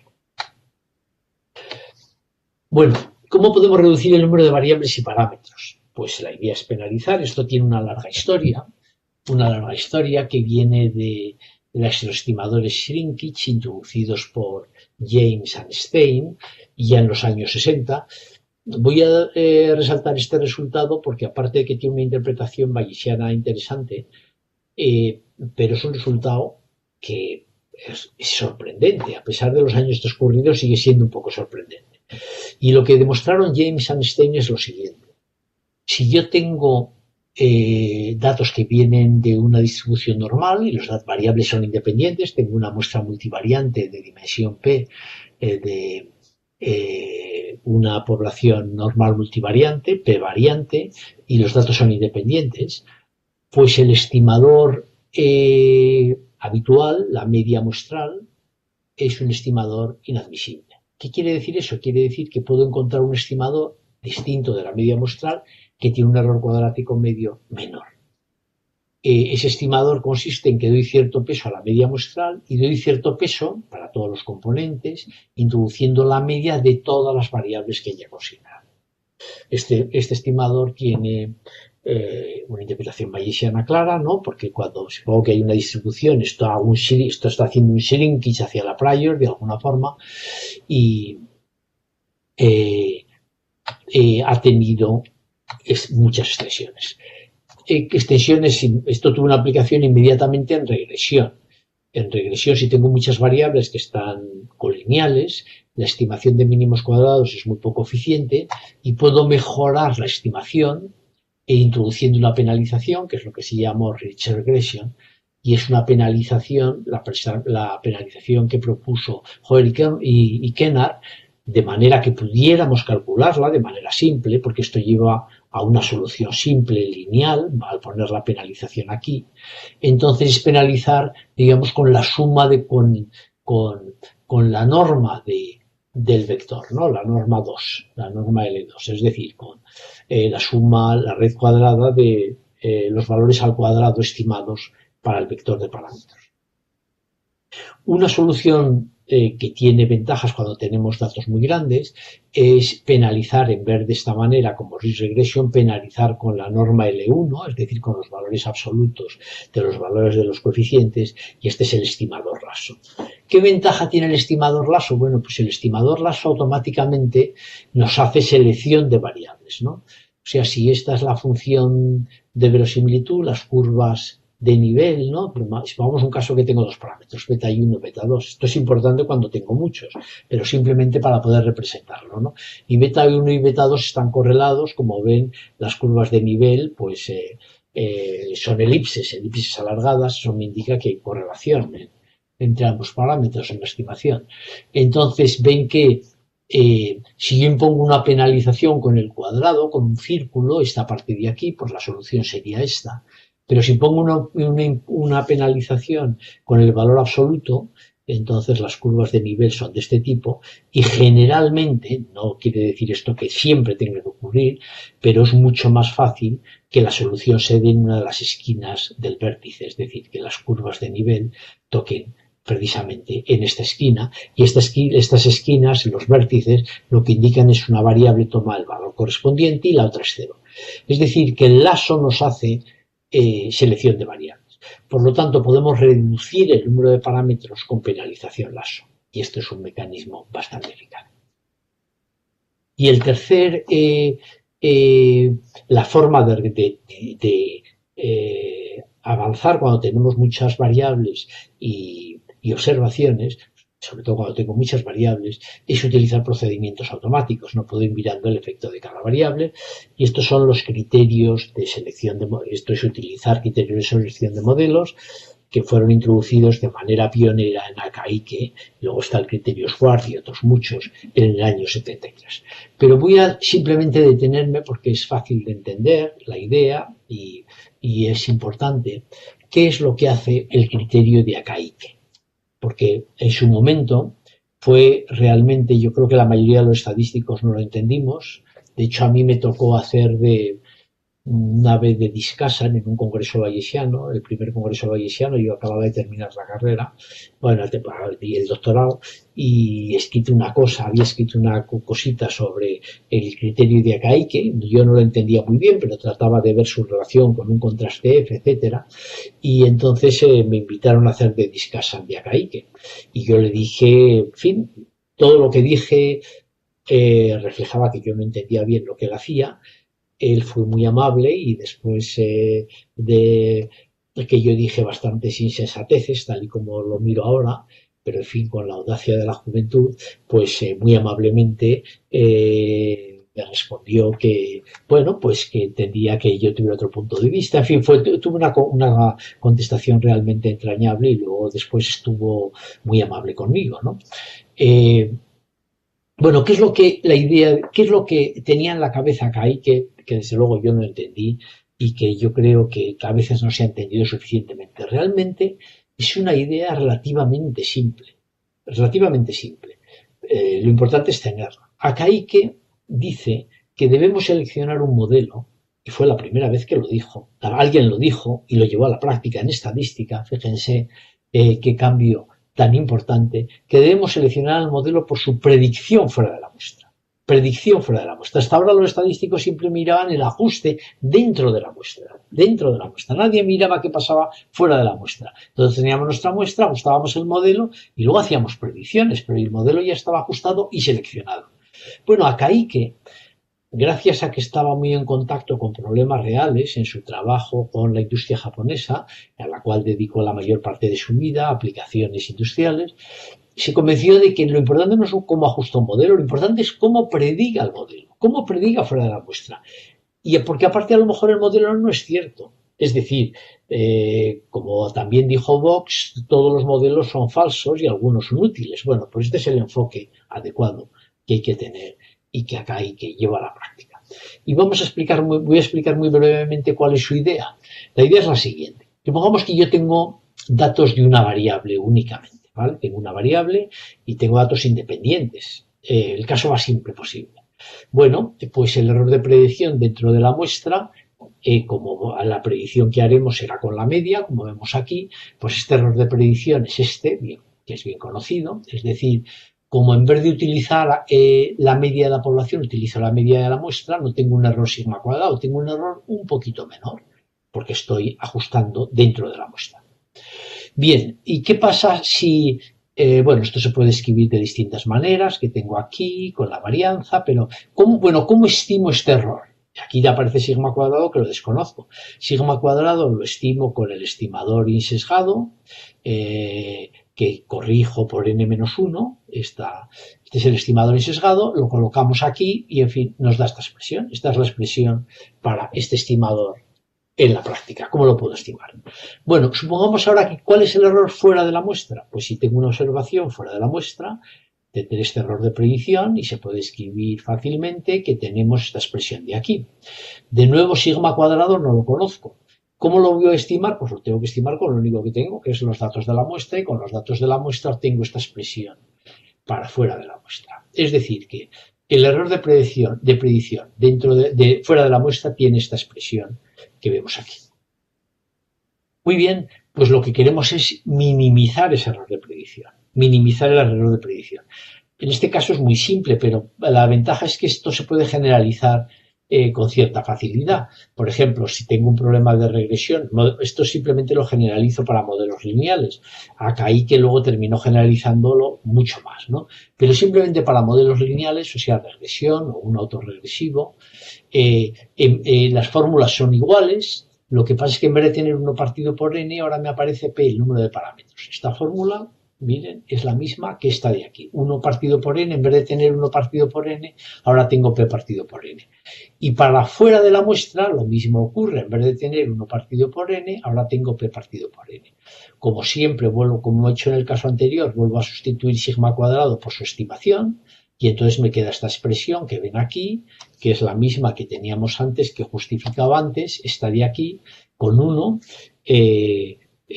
ahora lo tenemos con p, esta misma, ¿de acuerdo? Bueno, pues esta es lo que yo quiero minimizar. Quiero minimizar este error de predicción, el error de predicción esperado fuera de la muestra. ¿Cómo minimizo esto? Bueno, pues si tomo logaritmos en esta expresión, me queda esto, y supongo que n es grande, pues logaritmo de 1 más x aproximadamente, x y x es pequeño, si n es grande esto será pequeño, lo mismo aquí. Luego, por lo tanto, me queda que el logaritmo del error esperado fuera de la muestra es el ajuste, el log de la varianza, que este es el ajuste, más 2p partido por n. Es decir, que cada vez que introduzco aquí un parámetro adicional, aumento el error fuera de la el error esperado fuera de la muestra aumenta. ¿Cómo debo elegir, por lo tanto, si tengo varios modelos con distinto número de parámetros? Puedo elegir el modelo, que es el problema que se planteó acá, y que, por ejemplo, ajustar muchos autorregresivos y decidir el orden, problema claro e importante para la predicción con series temporales, pues debo elegir el modelo, el número de parámetros, de manera que me minimicen esta expresión, que minimicen el error fuera de la muestra. Esta fue una idea muy importante y va a estar en el centro de las generalizaciones posteriores de modelos, como veremos a continuación, para Big Data. Bueno, finalmente voy a ir un poquito más rápido. Variables dependientes en el espacio y en el tiempo, pues nos llevan a considerar estructuras tipo tensores en los datos. Por ejemplo, antes teníamos una variable temporal en el tiempo, pero ahora, suponeros, puedo tener el precio de distintos productos. El precio, puedo tener distintos productos y puedo tener distintos mercados. Por ejemplo, puede ser distintas localizaciones geográficas, puede ser en Guanajuato, en Monterrey, en México DF, etcétera, en distintos lugares. Y luego la variable que tengo aquí además es las ventas correspondiente a esta configuración de variables. Y lo que tengo, por lo tanto, es una matriz, un tensor. Ya no es una matriz, esto es un tensor, un objeto tridimensional que va variando en el tiempo a medida que nos movemos. Podía además añadir otra dimensión espacial y ver cómo varía en el espacio. Bueno, pues cómo analizar este tipo de estructuras más complejas va a ser fundamental en el futuro y se están desarrollando nuevos procedimientos para hacerlas. Y ahora me referiré un poco a sus implicaciones. Bueno, en resumen, todo esto que he comentado se puede resumir, y algunas cosas que no me ha dado tiempo de decir, lo he resumido en 7 cambios importantes que se han producido a lo largo de los últimos años y que son ya manifiestos en los últimos 20 de manera clara en la estadística. El primero es, preferimos utilizar procedimientos de selección automáticos que no los contrastes de significación clásicos, y la razón es un contraste de significación clásico cuando el tamaño muestral sea muy grande va a rechazar cualquier hipótesis, luego por lo tanto es inútil. Los contrastes cada vez van a usarse menos con Big Data, tienen muy poco sentido. De hecho, los contrastes de significación tienen problemas importantes, como me referiré después, dentro de un momento volveré sobre este punto. Pero mayor peso a los enfoques automáticos, de selección automáticos, mayor peso a las capacidades predictivas fuera de la muestra, en vez de preocuparnos por estimadores centrados, sino vamos a buscar estimadores sesgados penalizados que predigan fuera de la muestra. Menos peso en los modelos paramétricos y mayor de mixtos y no paramétricos. Y un modelo paramétrico es una forma de simplificar cuando tengo pocos datos, y entonces lo explico con un modelo paramétrico. Pongo muchas hipótesis y así puedo hacer inferencias gracias a que pongo muchas hipótesis, ¿no? Y un pequeño número de parámetros. Tengo muchos datos, eso no es necesario. Menor peso de las variables individuales y mayor de las combinaciones lineales. Esto es consecuencia de que tengo muchas, y generalmente me va a ser más interesante mirar a las variables en combinaciones lineales, no de una en una. Menor peso de la linealidad global y mayor de las linealidades locales. Menor peso de los datos independientes y mayor de los datos dinámicos, espaciotemporales. Y finalmente, y esto está relacionado con el ejemplo de los tensores que decía, una distinción básica en estadística, que es entre datos y variables, empieza a desaparecer. ¿Qué quiere decir esto? Voy a detenerme porque creo que es un punto importante, ¿no? Típicamente en la estadística supone que yo tengo unos elementos al azar de una población bien definida y sobre ellos observo unas pocas variables. Pero los datos que ahora nos llegan no tienen esa estructura.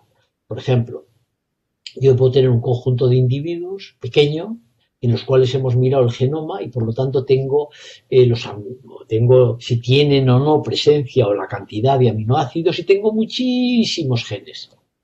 Entonces, yo tengo una matriz en la cual teóricamente tengo pocos datos y muchas variables, pero también la puedo dar la vuelta y considerar que lo que antes eran elementos de la población son ahora variables, y lo que antes eran variables ahora son los elementos. Es decir, puedo mirar el problema al revés y puedo decir, bueno, lo que tengo es una población de genes muy grande, muy grande, muy grande, no infinita, pero muy grande, miles y miles de genes, una muy grande, y entonces tomo como variables personas. La variable es la persona, y miro en esa persona todos estos,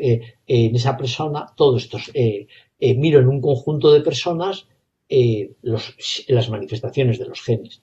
Es decir, que estoy dando la vuelta al problema, a la matriz, y lo que antes miraba como filas ahora lo miro como columnas, y así. Y esto es mucho más cuando tengo datos de tensores, en donde tengo muchas variables y no hay una distinción clara entre población, digamos, entre datos y lo que son los elementos de la población, los elementos, y lo que son variables. Es decir, puedo mirarlo, realmente son tablas de datos que puedo mirar de una manera o de otra.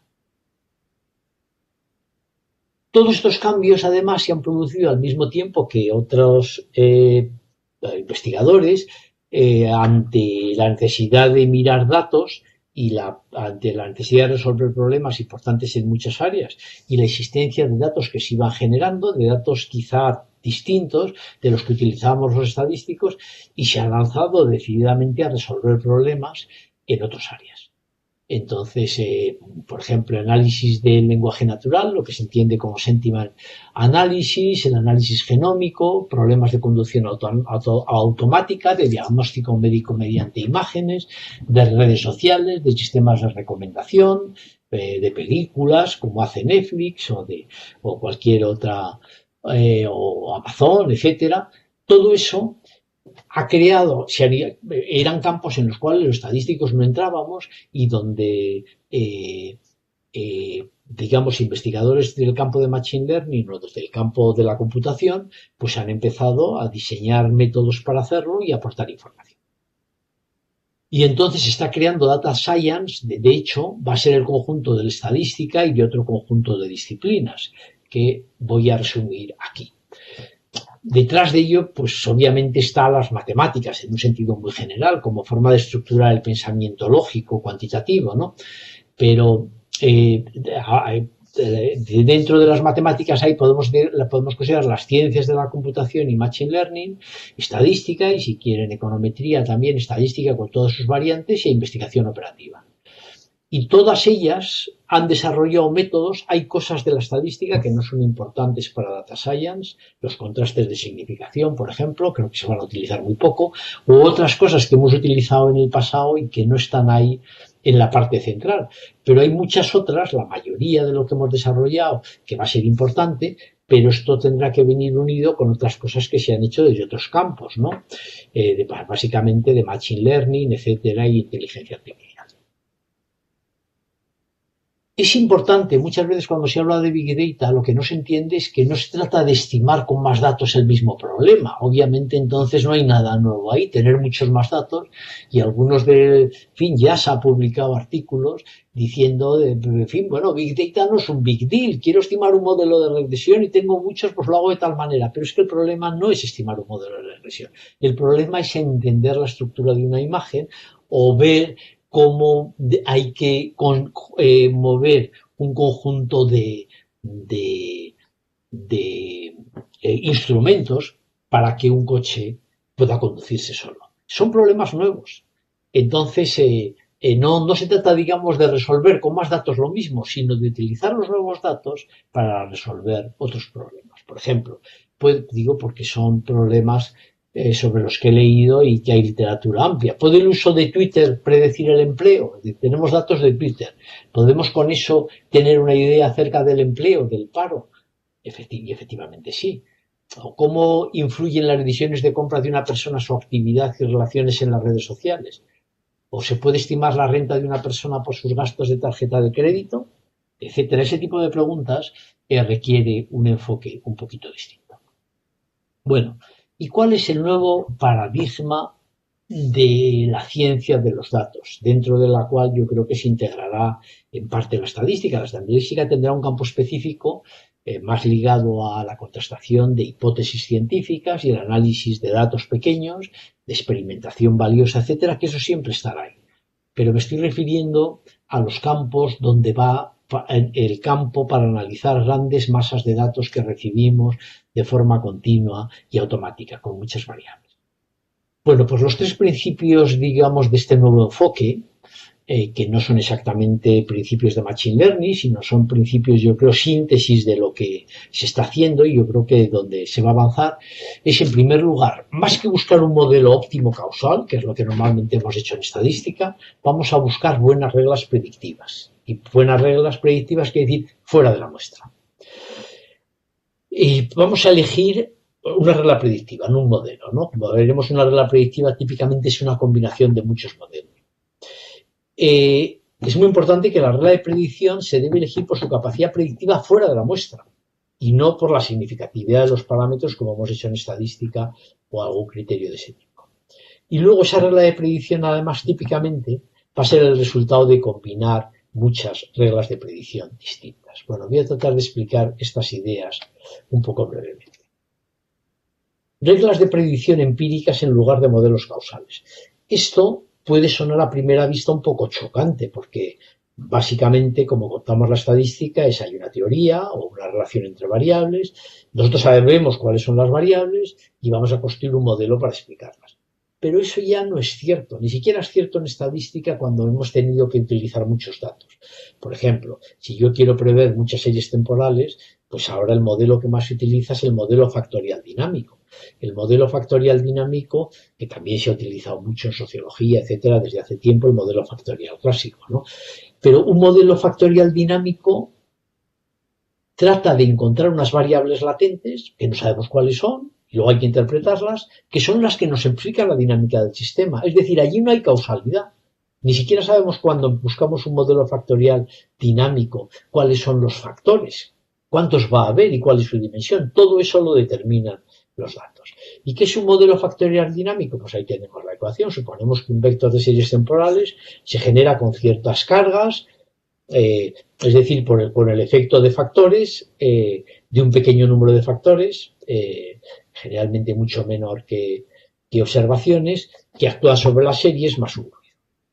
Y quizá esto se pueda ver mejor así, con un gráfico. Es decir, lo que suponemos es que tenemos un conjunto de variables de entrada, que es la primera serie y toda su historia, el valor t a la 1, la serie n, m del valor t a la 1, lo he puesto para predecir. Lo que queremos es predecir una variable. Vamos a suponer que quiero predecir la primera variable con horizonte h. Es decir, quiero ver para la primera variable, si quiero preverlas todas es igual, esto se aplica a todas las variables. Pero para simplificar, supongamos que quiero prever la primera variable con horizonte h, o sea, h pasos adelante.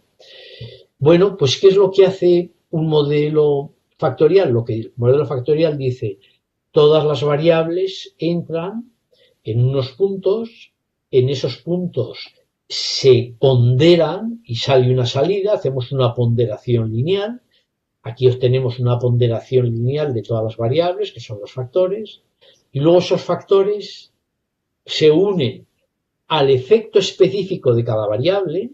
Luego, si quiero prever la 1, miro el efecto específico de la 1, que son todas estas variables, entran por aquí, hago una combinación lineal de ellas, etcétera, un proceso autorregresivo, lo que sea, y estas variables, una combinación lineal, se unen a la combinación lineal de los factores para hacer la predicción. Es decir, que tenemos esto lo dibujo un poco como una red neuronal, como veremos dentro de un momento, pero lo que tenemos es dentro de cada circulito un esquema de funcionamiento muy simple. Entran las variables, hay una función de ponderación y hago una combinación lineal. Bueno, esto se puede extender, pero voy a pasar sobre ello para no perder tiempo ahora.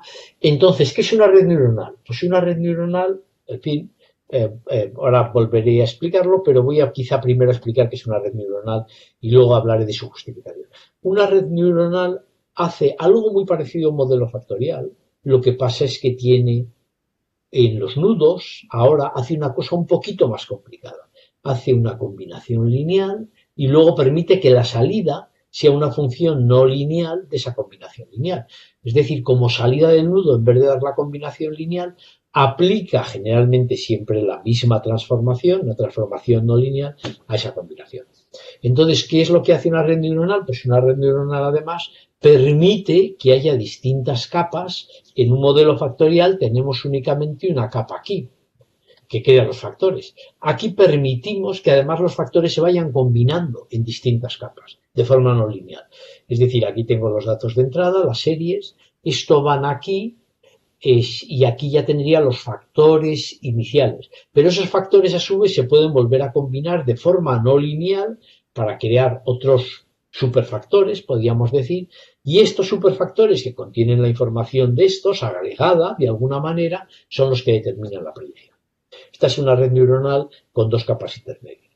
Aquí no vemos la secuencia temporal claramente, pero la secuencia hay redes que se pueden construir para que la secuencia temporal sea clara. Por ejemplo, una red neuronal recurrente. En una red neuronal recurrente lo que hacemos es, vamos introduciendo las variables temporalmente aquí, ahí estas son distintas redes, cada una de estas redes es como esto que veíamos aquí, cada una de estas redes tiene esta representación de aquí, ahí están los nudos, etcétera. Pero ahora esto se procesa secuencialmente, esta misma estructura. ¿Cuál es la diferencia? Pues que procesamos la primera observación y ahora una parte de la información de la predicción, la memoria, se mete como entrada en la segunda etapa. Y en la segunda etapa se hace la predicción y una parte de la información es la memoria que va entrando en todas las etapas, de manera que la predicción última recoge la historia, es relevante, la parte relevante de la historia, que es esta de aquí, combinada con el dato. Bueno, las redes neuronales son aproximaciones. La idea básica es buscar un estimador que minimice el error de predicción fuera de la muestra, generalmente será sesgado, y son aproximaciones universales. Ha habido matemáticamente, hay muchas formas de aproximar funciones, ¿no? Pues tenemos la serie de Fourier, podemos hacerlo de forma polinómica, etcétera. Ha habido muchas maneras que se han propuesto, pero esta, que utiliza combinaciones lineales de variables, es especialmente eficaz por las razones que hemos dicho, de Big Data, que de manera natural nos lleva a estudiar combinaciones lineales de variables. Bueno, este es el primer punto, o sea que en el primer punto es buscamos reglas de predicción no empíricas, es decir, por las correlaciones encontradas en la muestra. Esto antes en estadística era anatema, esto no se podía hacer. ¿Por qué? Pues porque claramente lo que vemos en la muestra puede no ser representativo de lo que vamos a ver a continuación. Pero el asunto es que aquí ahora vamos a tener generalmente lo que hacemos es dividir los datos en una muestra de estimación y otra de validación. Y entonces comprobamos que el modelo que hemos hecho es capaz de predecir adecuadamente fuera de la muestra. Y escogemos modelos que predican fuera de la muestra. No escogemos uno, sino podemos escoger, esto es cross validation, pero voy a saltarme esto porque voy un poquito más justo de tiempo. Podemos combinar las reglas y luego no escojo uno, sino puedo combinar distintas reglas de predicción. Y estas reglas de predicción se pueden combinar de formas más variadas, como lo hacemos en estadística con model averaging.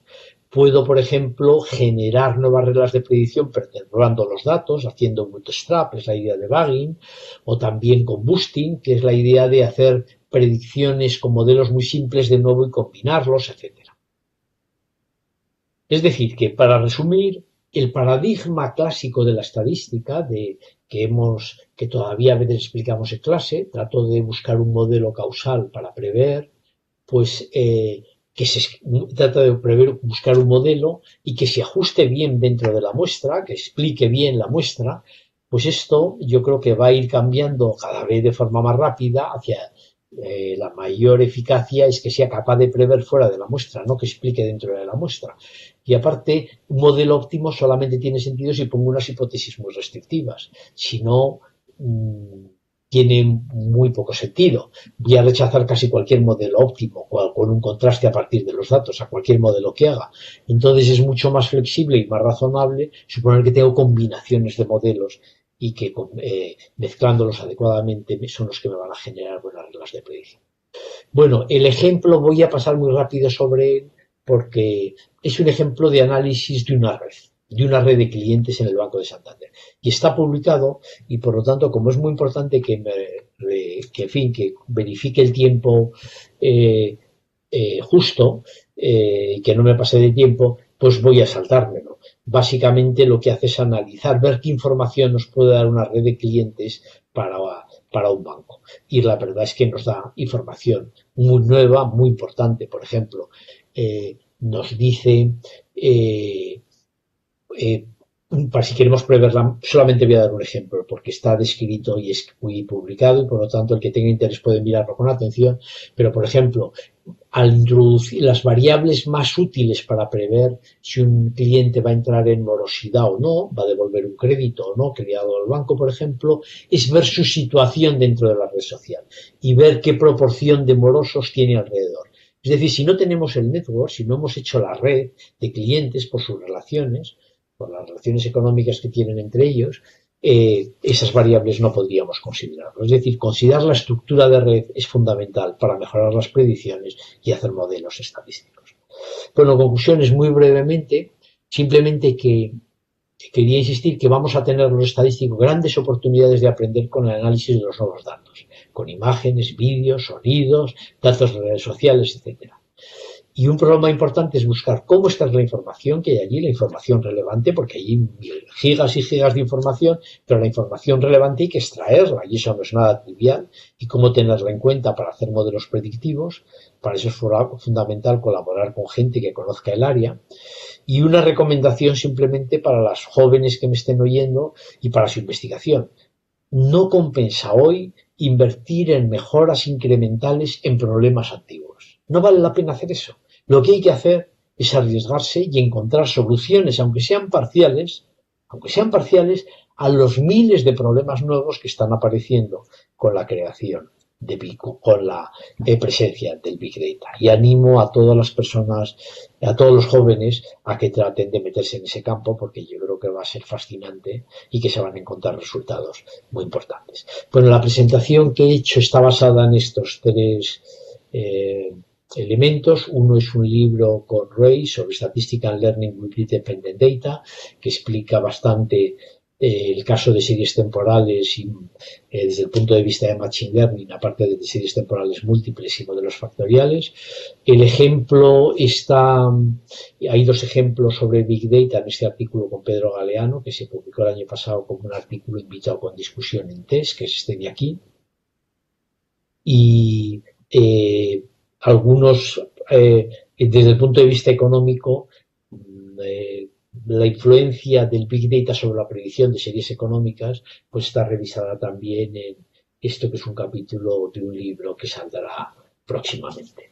Y nada más, muchas gracias por la atención y mis más cariñosas y sentidas felicidades a CIMAT por su 40 aniversario. Muchas gracias. Muchísimas gracias, Daniel. Estamos sobre tiempo y creo que va a ser complicado hacer preguntas en este momento, pero si nos llegan, porque aparecen en la red, nos darías la libertad de hacértelas llegar. Sí, estupendo. Muy bien, estupendo. Con mucho gusto. Pues de verdad que muchísimas gracias por la presentación y pues voy a dejar la palabra al siguiente presentador. Estupendo, muchísimas gracias. Muchas gracias, Raciel. Hasta pronto. Hello, good morning. So now we're moving to our next speaker.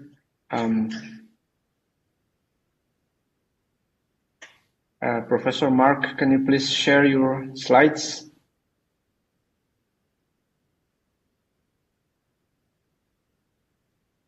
Okay, can you hear me now? Yes, we can hear you. So let me see if this is going to work.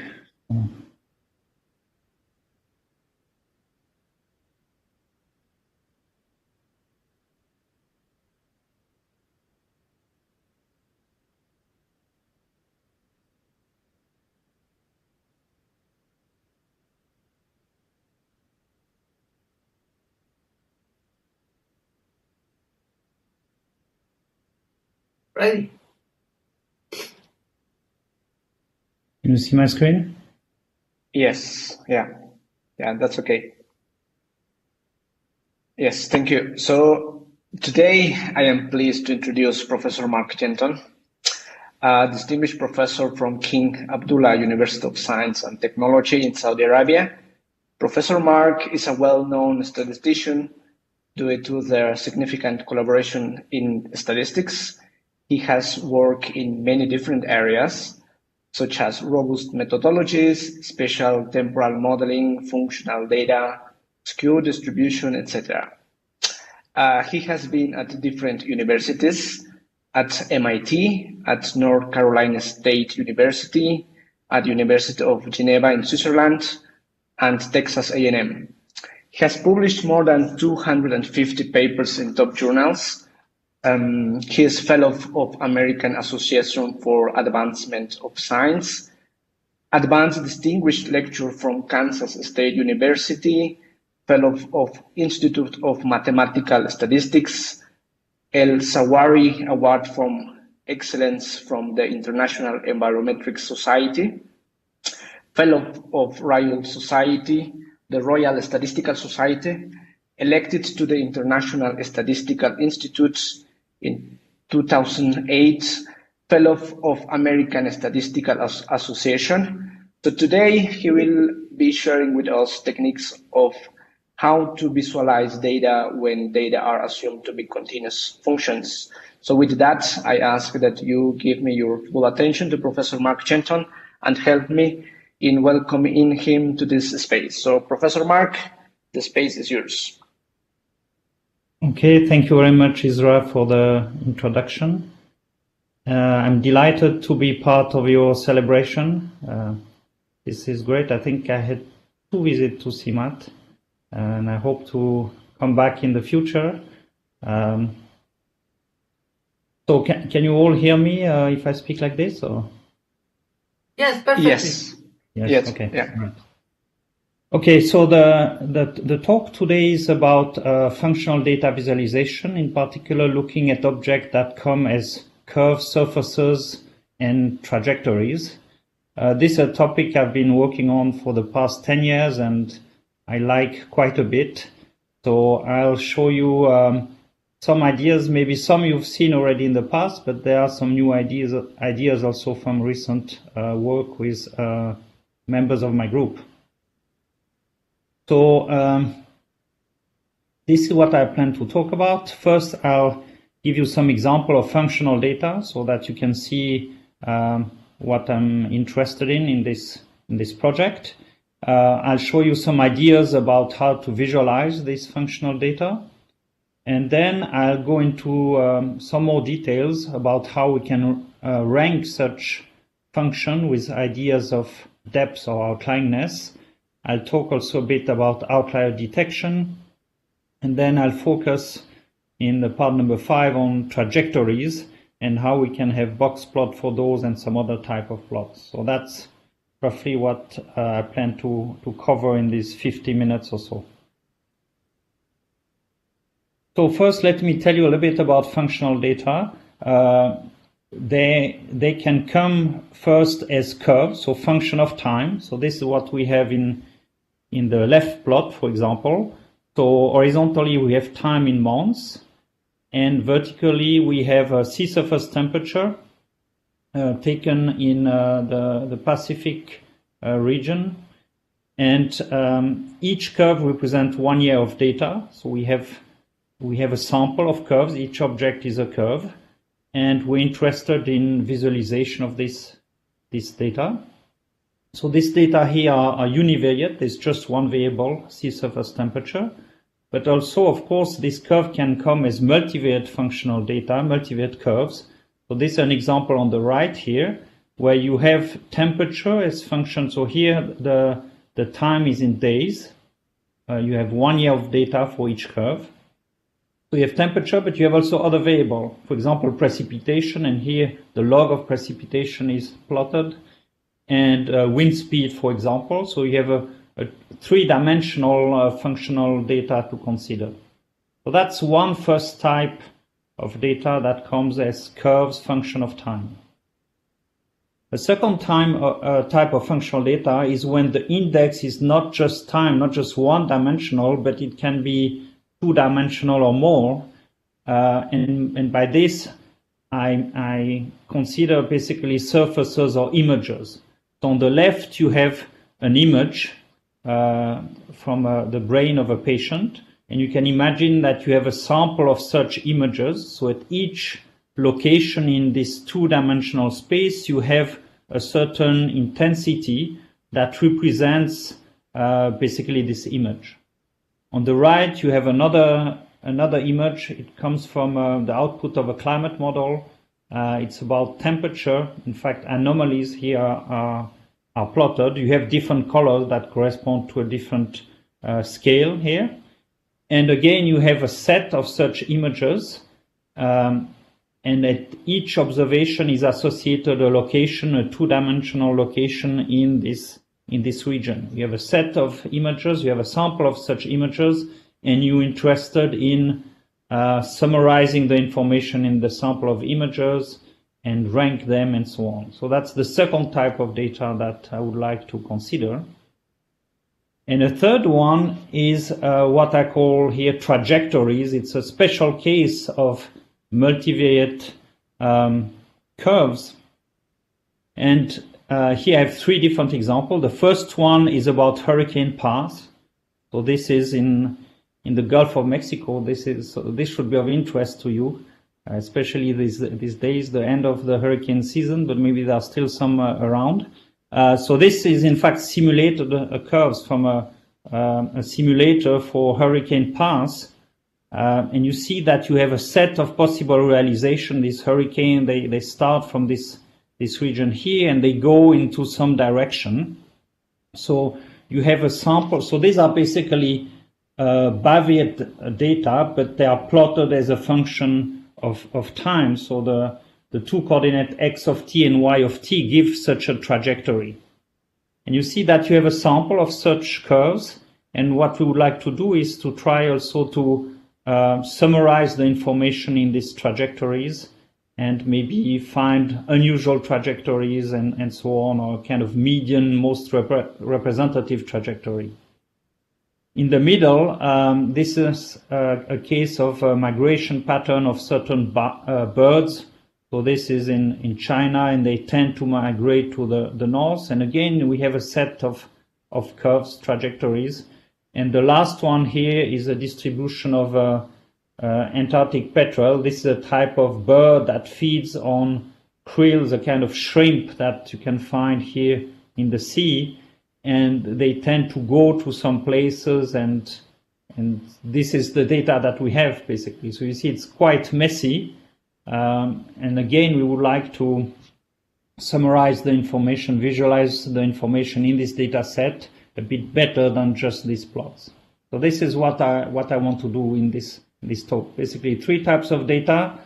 Functional data is curves, so function of time, images or surfaces, function of an index in space, or trajectories like in this case. So how can we do that?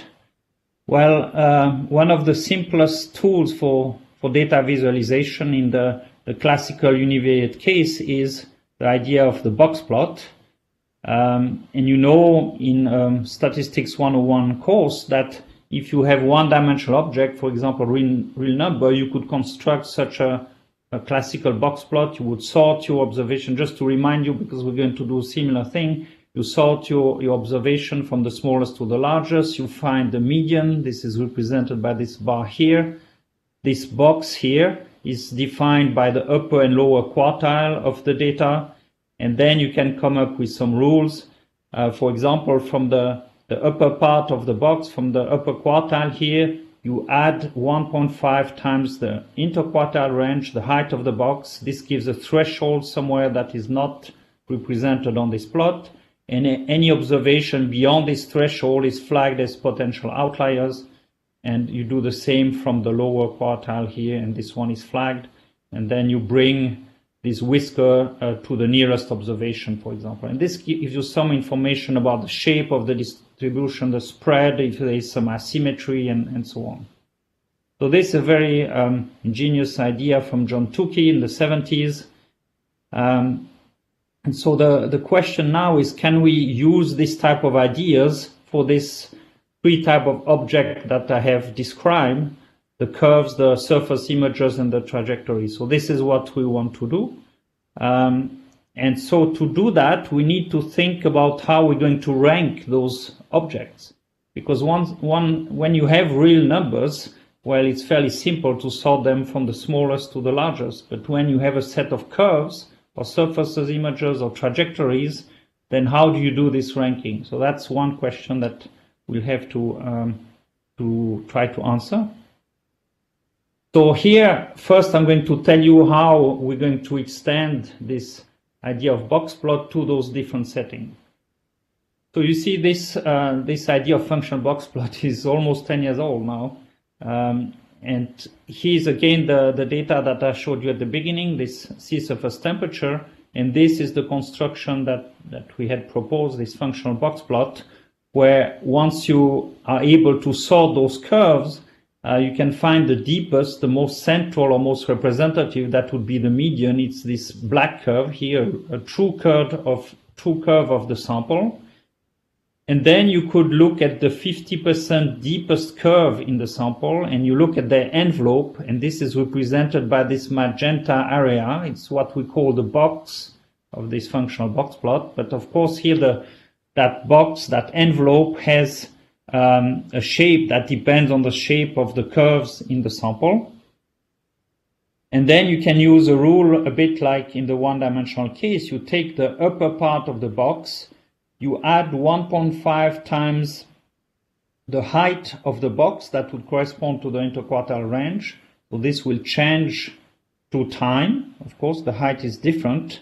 This gives a threshold somewhere, and any curve of the sample that cuts through this threshold, we flag it as potential outlier. These are the red curves here. And you do the same below. Here, none was flagged. And then the envelope of the remaining non-outlying curves gives this upper whisker here. You do the same for the lower whisker, and you add this vertical bar for cosmetic reason.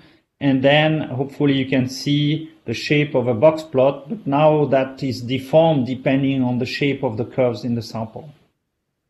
Interestingly, the curves that were flagged, they correspond to this year here 1983 and 1997, where you have this El Nino effect, this unusual warming of sea surface temperature in the tropical Pacific Ocean. Note also that if you have only one time point, this construction boils down to the classical box plot of John Tukey. So that's the generalization of the box plot to the functional case of curves. And we have both R and MATLAB code. There's a command called FB plot. It's also part of the package FDA for functional data analysis of Jim Ramsey.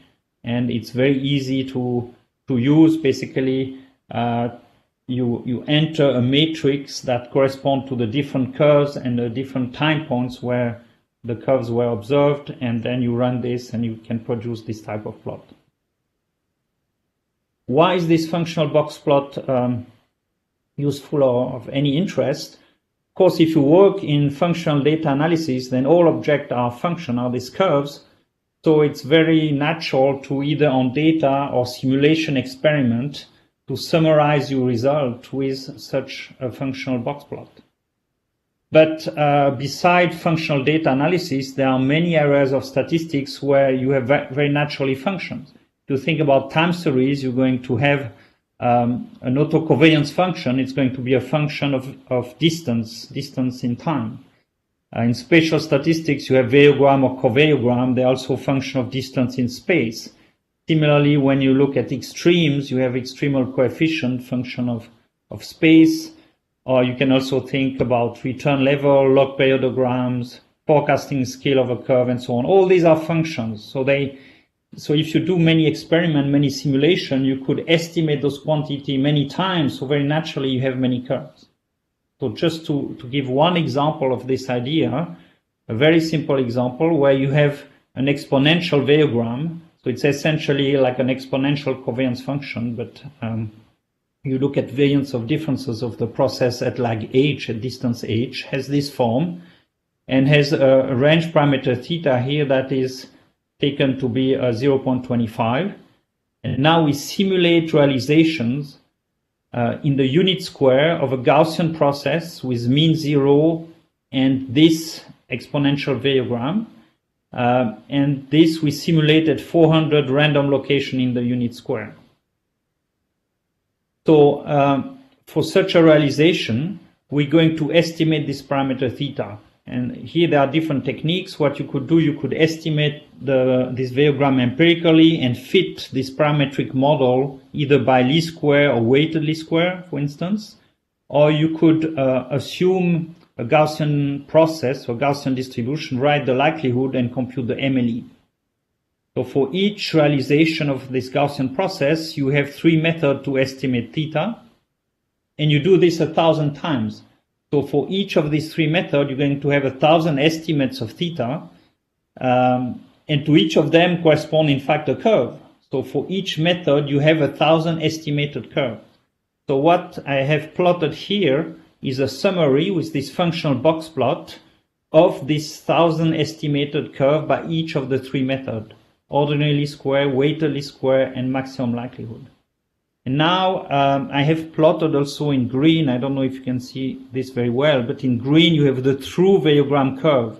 This function when theta is 0.25. It's the curve in green. So now visually there's a very clear story. I mean, the variability of just ordinary least square, of course, is big. It can be reduced a little bit if you use weighted least square. But this is certainly not as good as using the likelihood.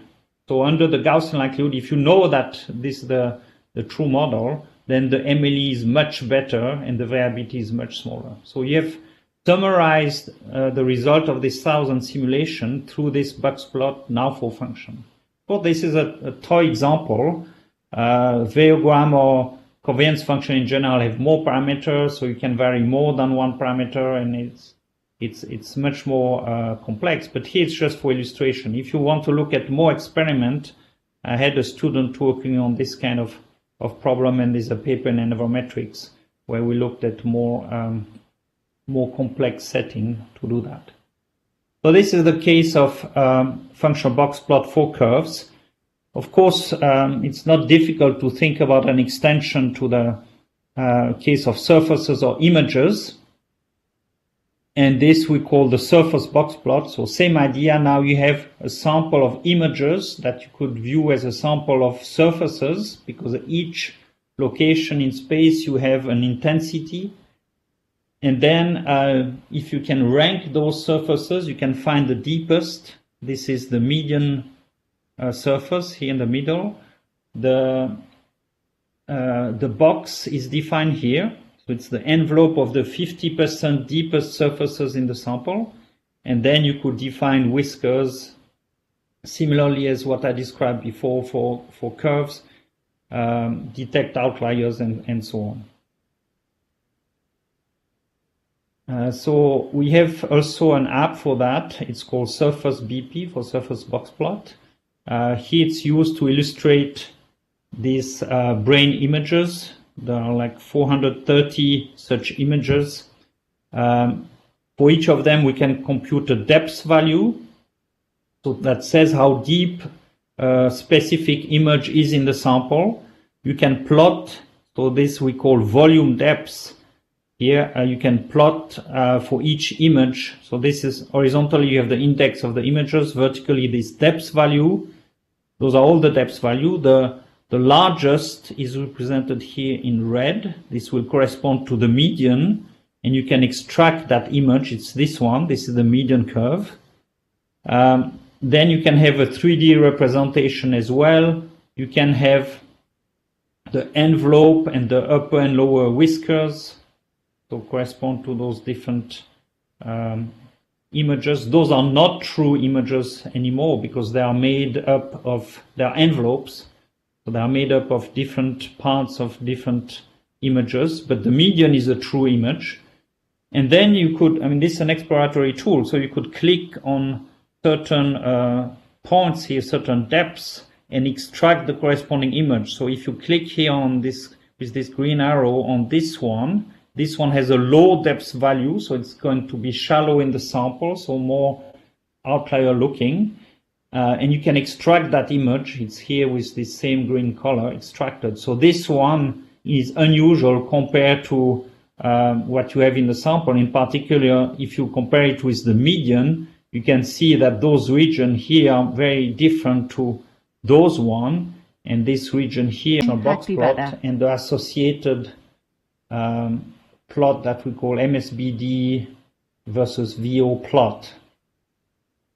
So this refers to the hurricane path, the hurricane trajectories that I showed you in black earlier on. And this is the summary that we propose and that we call a trajectory functional box plot. So what do we have in this, this trajectory functional box plot? We have the black trajectory, which is the median trajectory, so the most representative in the sample.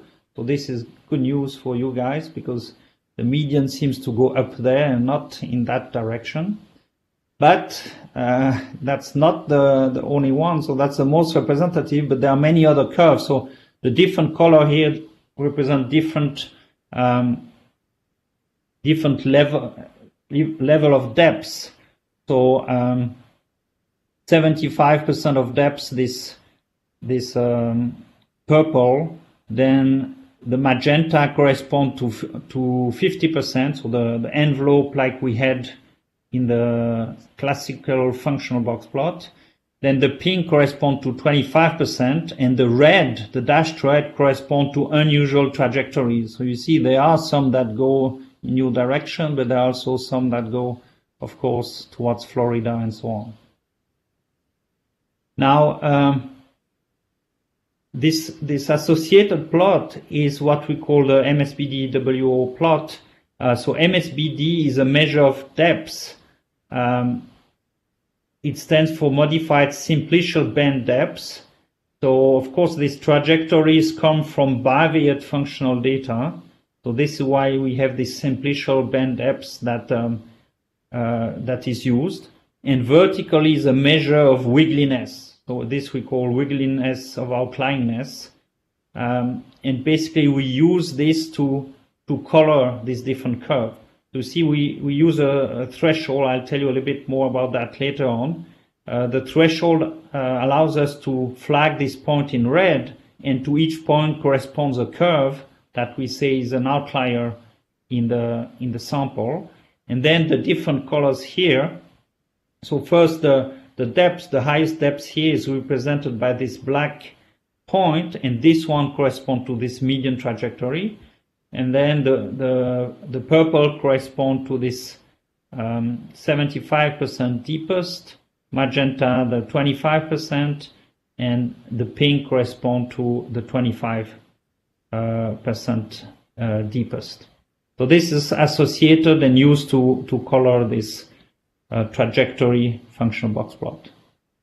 You can use it also on the other data sets, so the migration pattern from this waterfowl bird. Again, you have a median trajectory, and you can find some unusual trajectories, for example, like this one, or the petrel distribution in Antarctic. Again, there's you see this curve. They can be open, but they can be closed also. I mean, the bird can go somewhere and come back. So the black one correspond to the deepest Msbd here. The highest Msbd is this kind of median curve. A lot of other are in this region, but some are flagged as potential outliers. They go in some different direction, or they go away in some way that is unusual pattern with respect to the rest of the curves.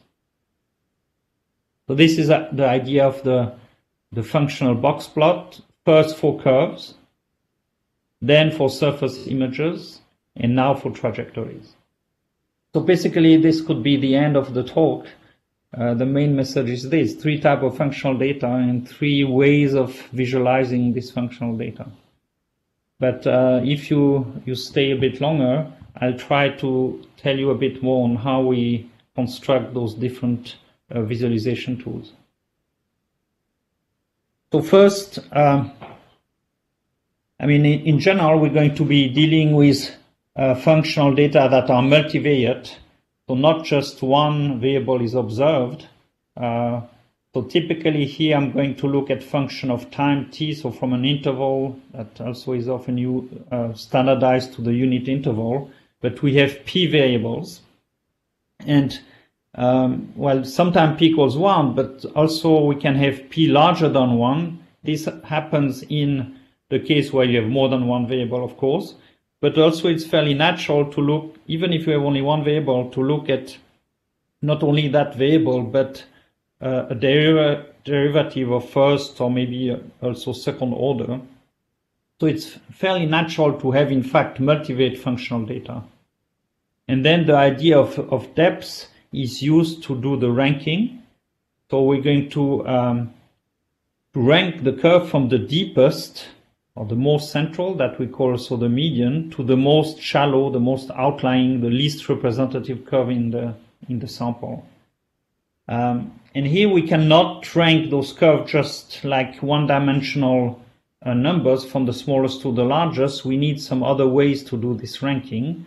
If you think also about this functional setting, you'll realize that unlike in the one-dimensional case where you have observations that are just far from the bulk of the data, here you could have such curves as well that are far away from the bulk of the curves, but you could also have outlying unusual curve in other ways, for example, in terms of their shape.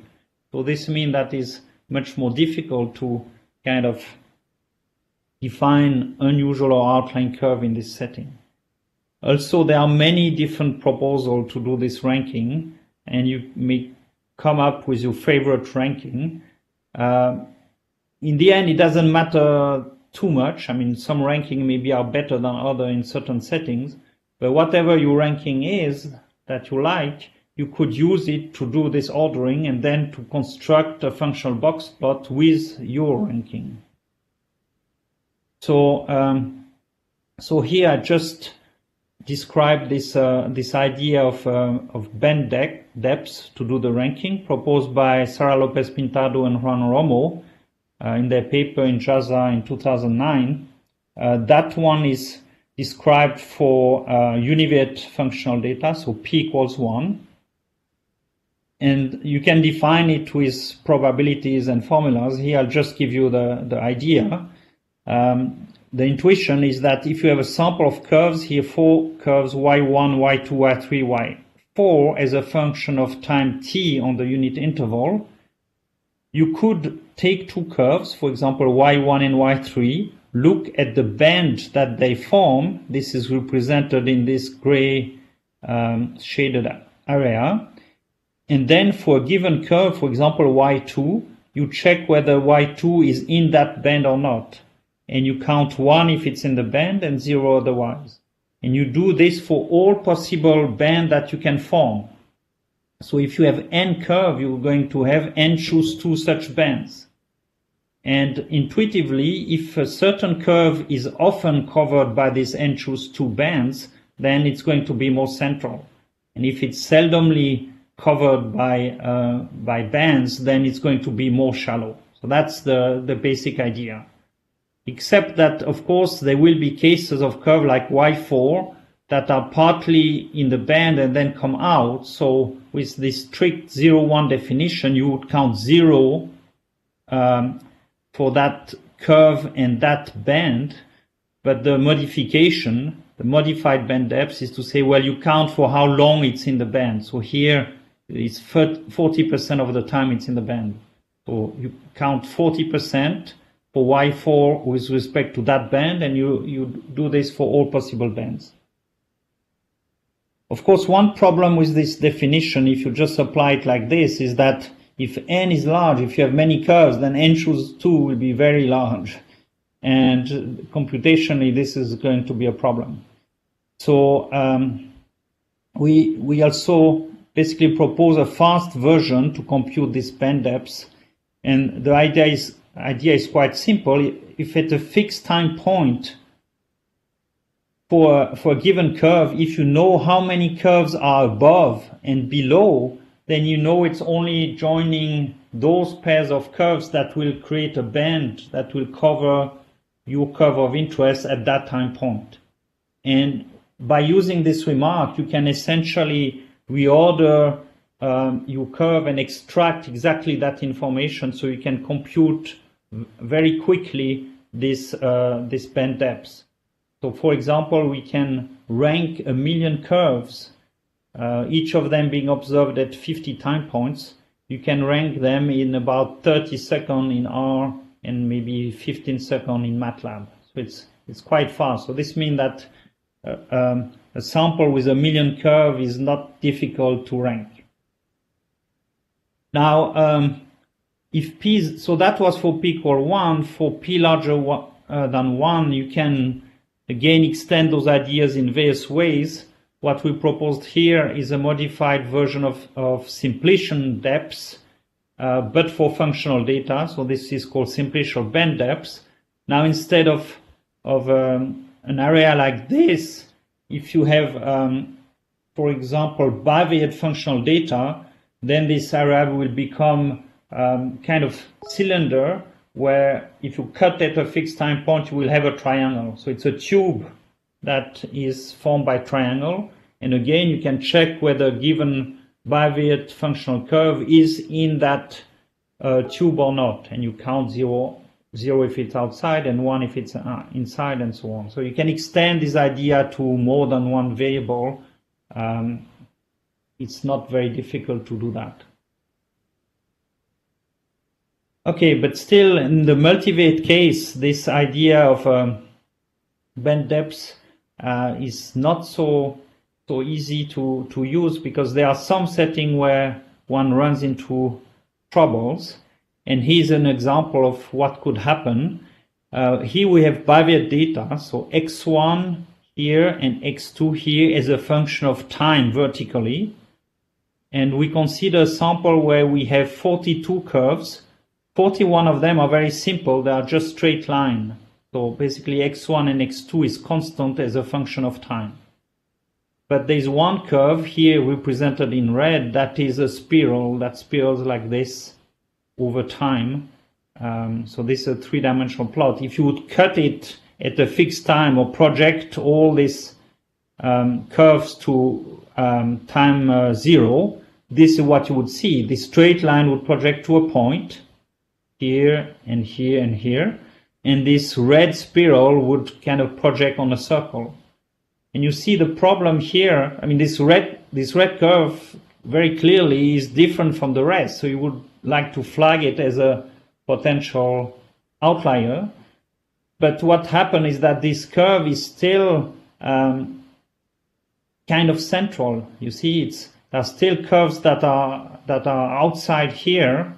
So it doesn't look unusual with the notion of depth I described before.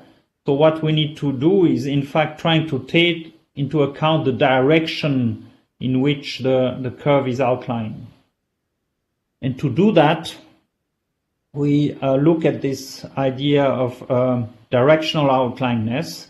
So now we have vectors, so multivariate functional data. We assume that we have a unique median it's called z of t here.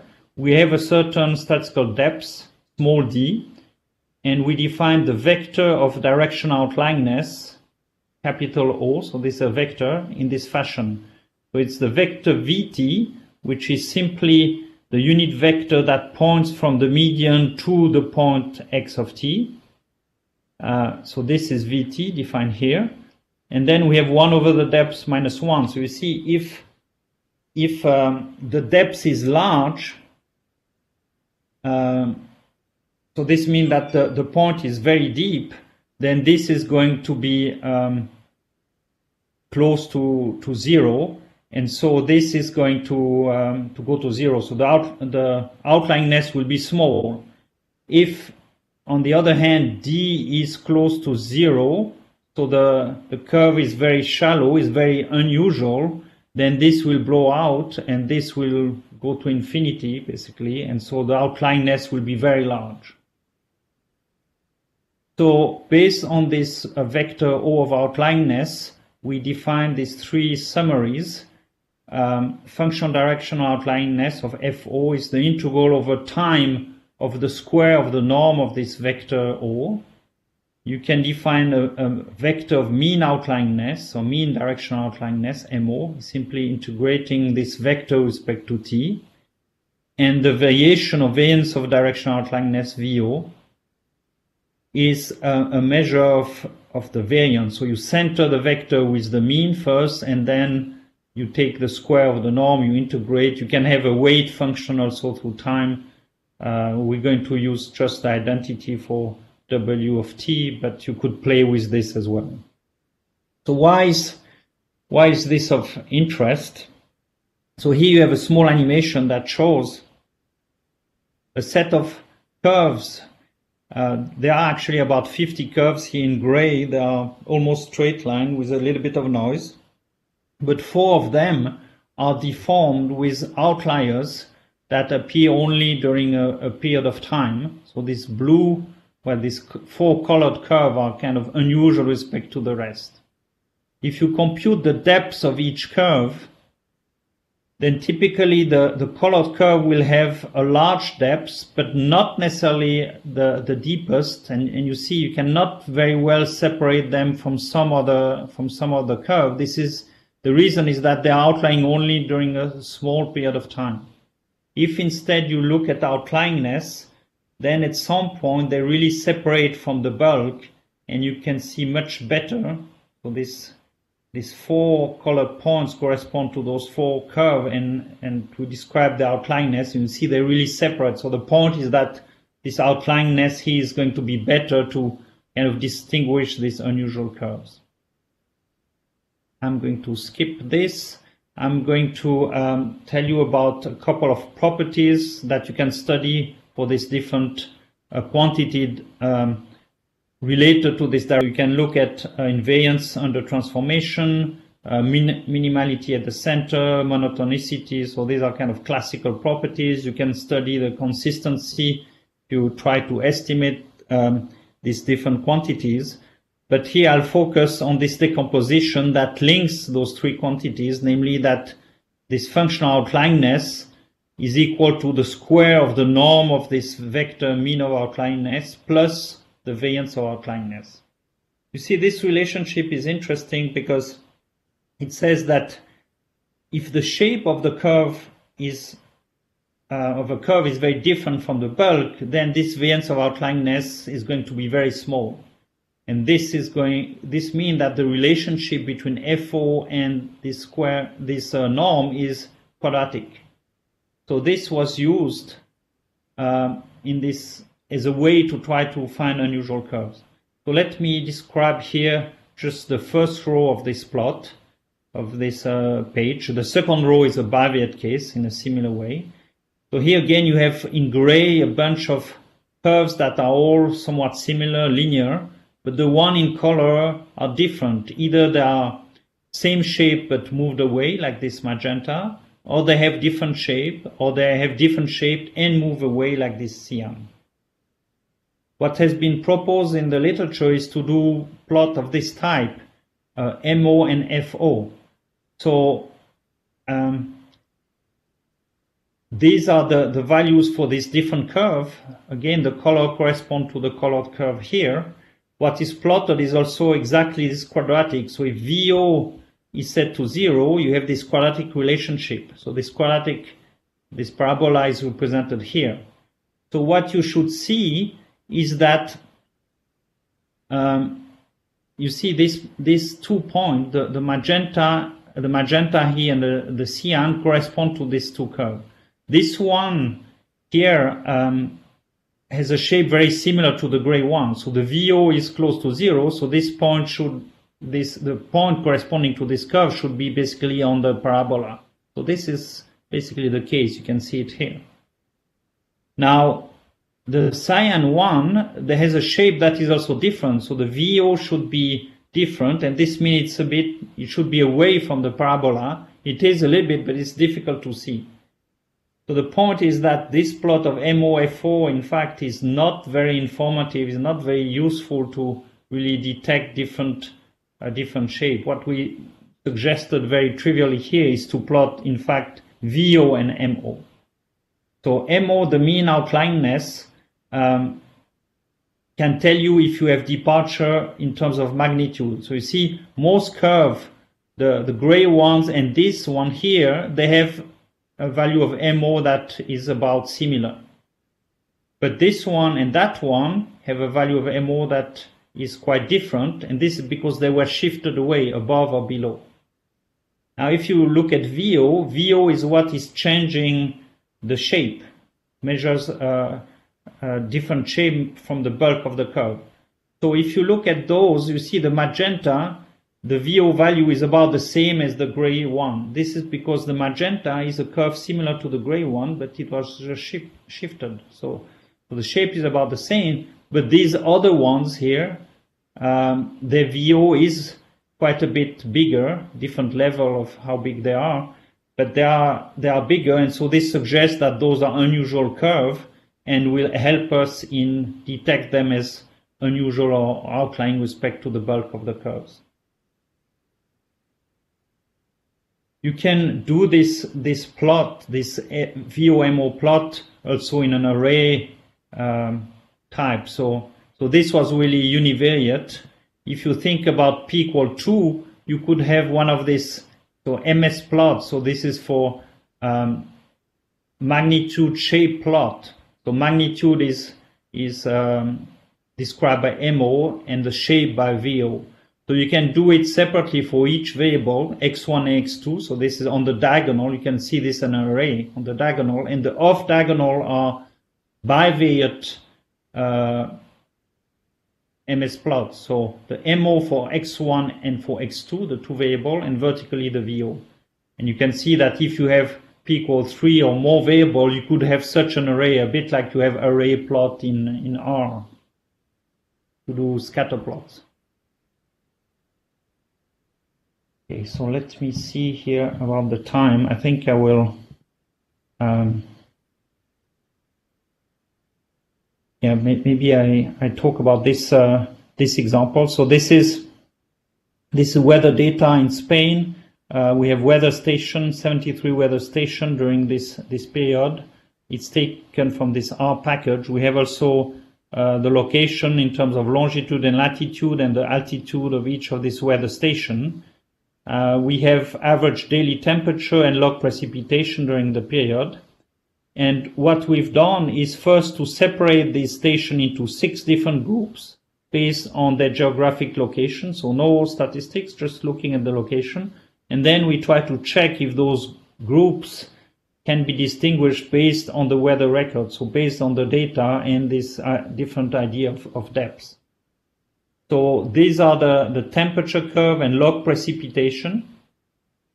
And here is a map, 3D map of the location, so longitude, latitude, and elevation.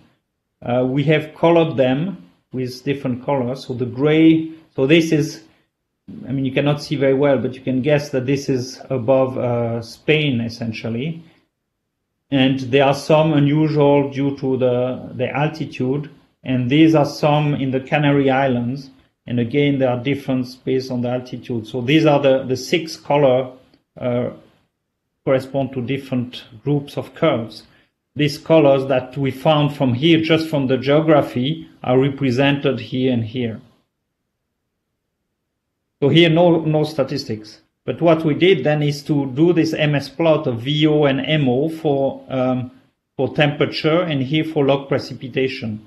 And if those colored curve, I mean those color here map to the curve, map to the MS plot, you can see now group of curves that are different from the bulk.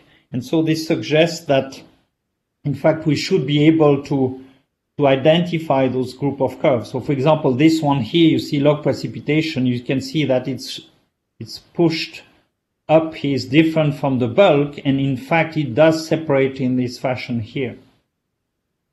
Similarly, this one here about temperature, you see is kind of low and shifted away. So this one is plotted here in terms of temperature. So this suggests that we should be able to do this separation. Now, if we want to do this in a bit more formal way, we can basically come up with method to do the outlier detection.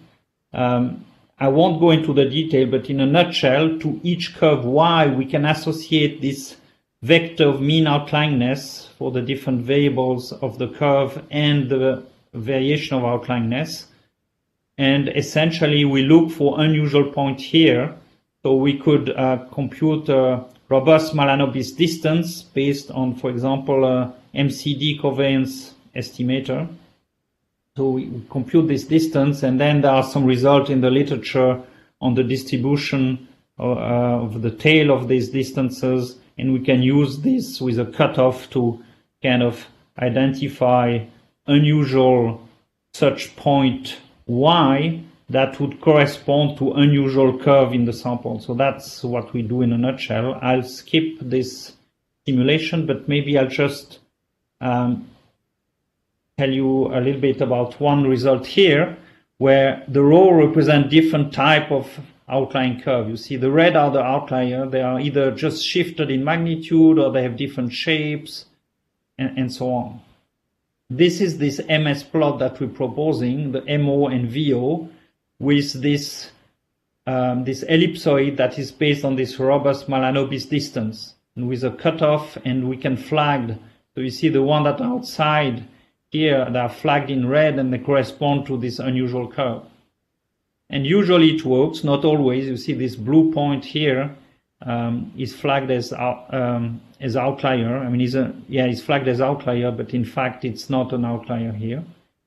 Of course, it doesn't work perfectly all the time.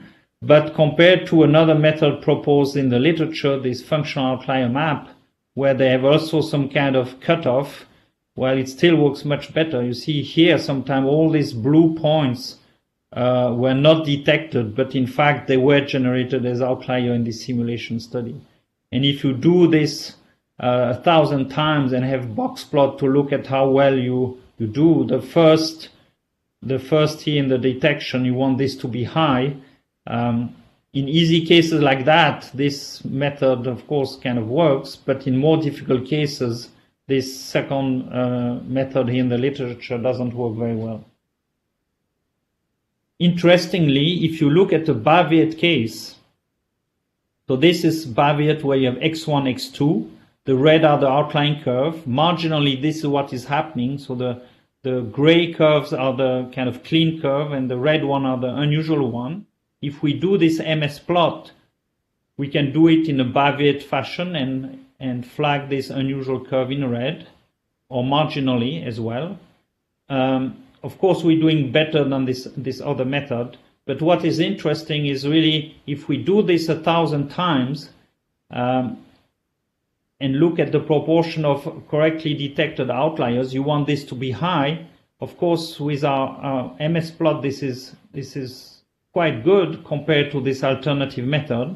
But what is interesting is really that if you do it in a bivalent way, you improve what you could do marginally, especially here. He is still much better than the other method, but you see it's still not always that good. But if you treat this data not just separately marginally, but as bivalent correlated data, then of course the detection of this outline curve is much better. Okay, so I think I'll skip some of this. Just one idea here is the fact that these unusual curves, in terms of their shape, sometimes are difficult to detect. So what we propose is to do the detection in two stages. So this we call a two-stage functional box plot. First, we detect unusual curve in terms of their shape. These are the green ones here. Then we set them aside. We compute the functional box plot on the remaining one. This allows us to find unusual curve like the one in red in terms of magnitude, and then we put back the green one. The advantage of that is that it avoids these different shaped curves to deform the construction of the functional box plot. And this is illustrated in this example where you have different colored outline curves. If you do this in two stages, you see then you can really detect them, and this doesn't destroy the construction of the functional box plot that should represent the shape of the majority of the curve. If you use other construction or other notion of depths, you see that this central part starts to be deformed because of this unusual curve. So we try to avoid that by doing the two-stage construction. So in the remaining time, I don't know how much time I have, another 5 minutes or so, I assume. Let me just tell you a little bit about this idea of trajectory functional box plot. So now we're going to the third type of function that are trajectories. Here's a simulated example where the majority of the trajectories are some kind of straight curve that oscillate a little bit in various directions, but some of them oscillate much more. Those are the one represented in red. So these four red curves are trajectories that would be unusual, that we would like to be able to flag as potential outlier.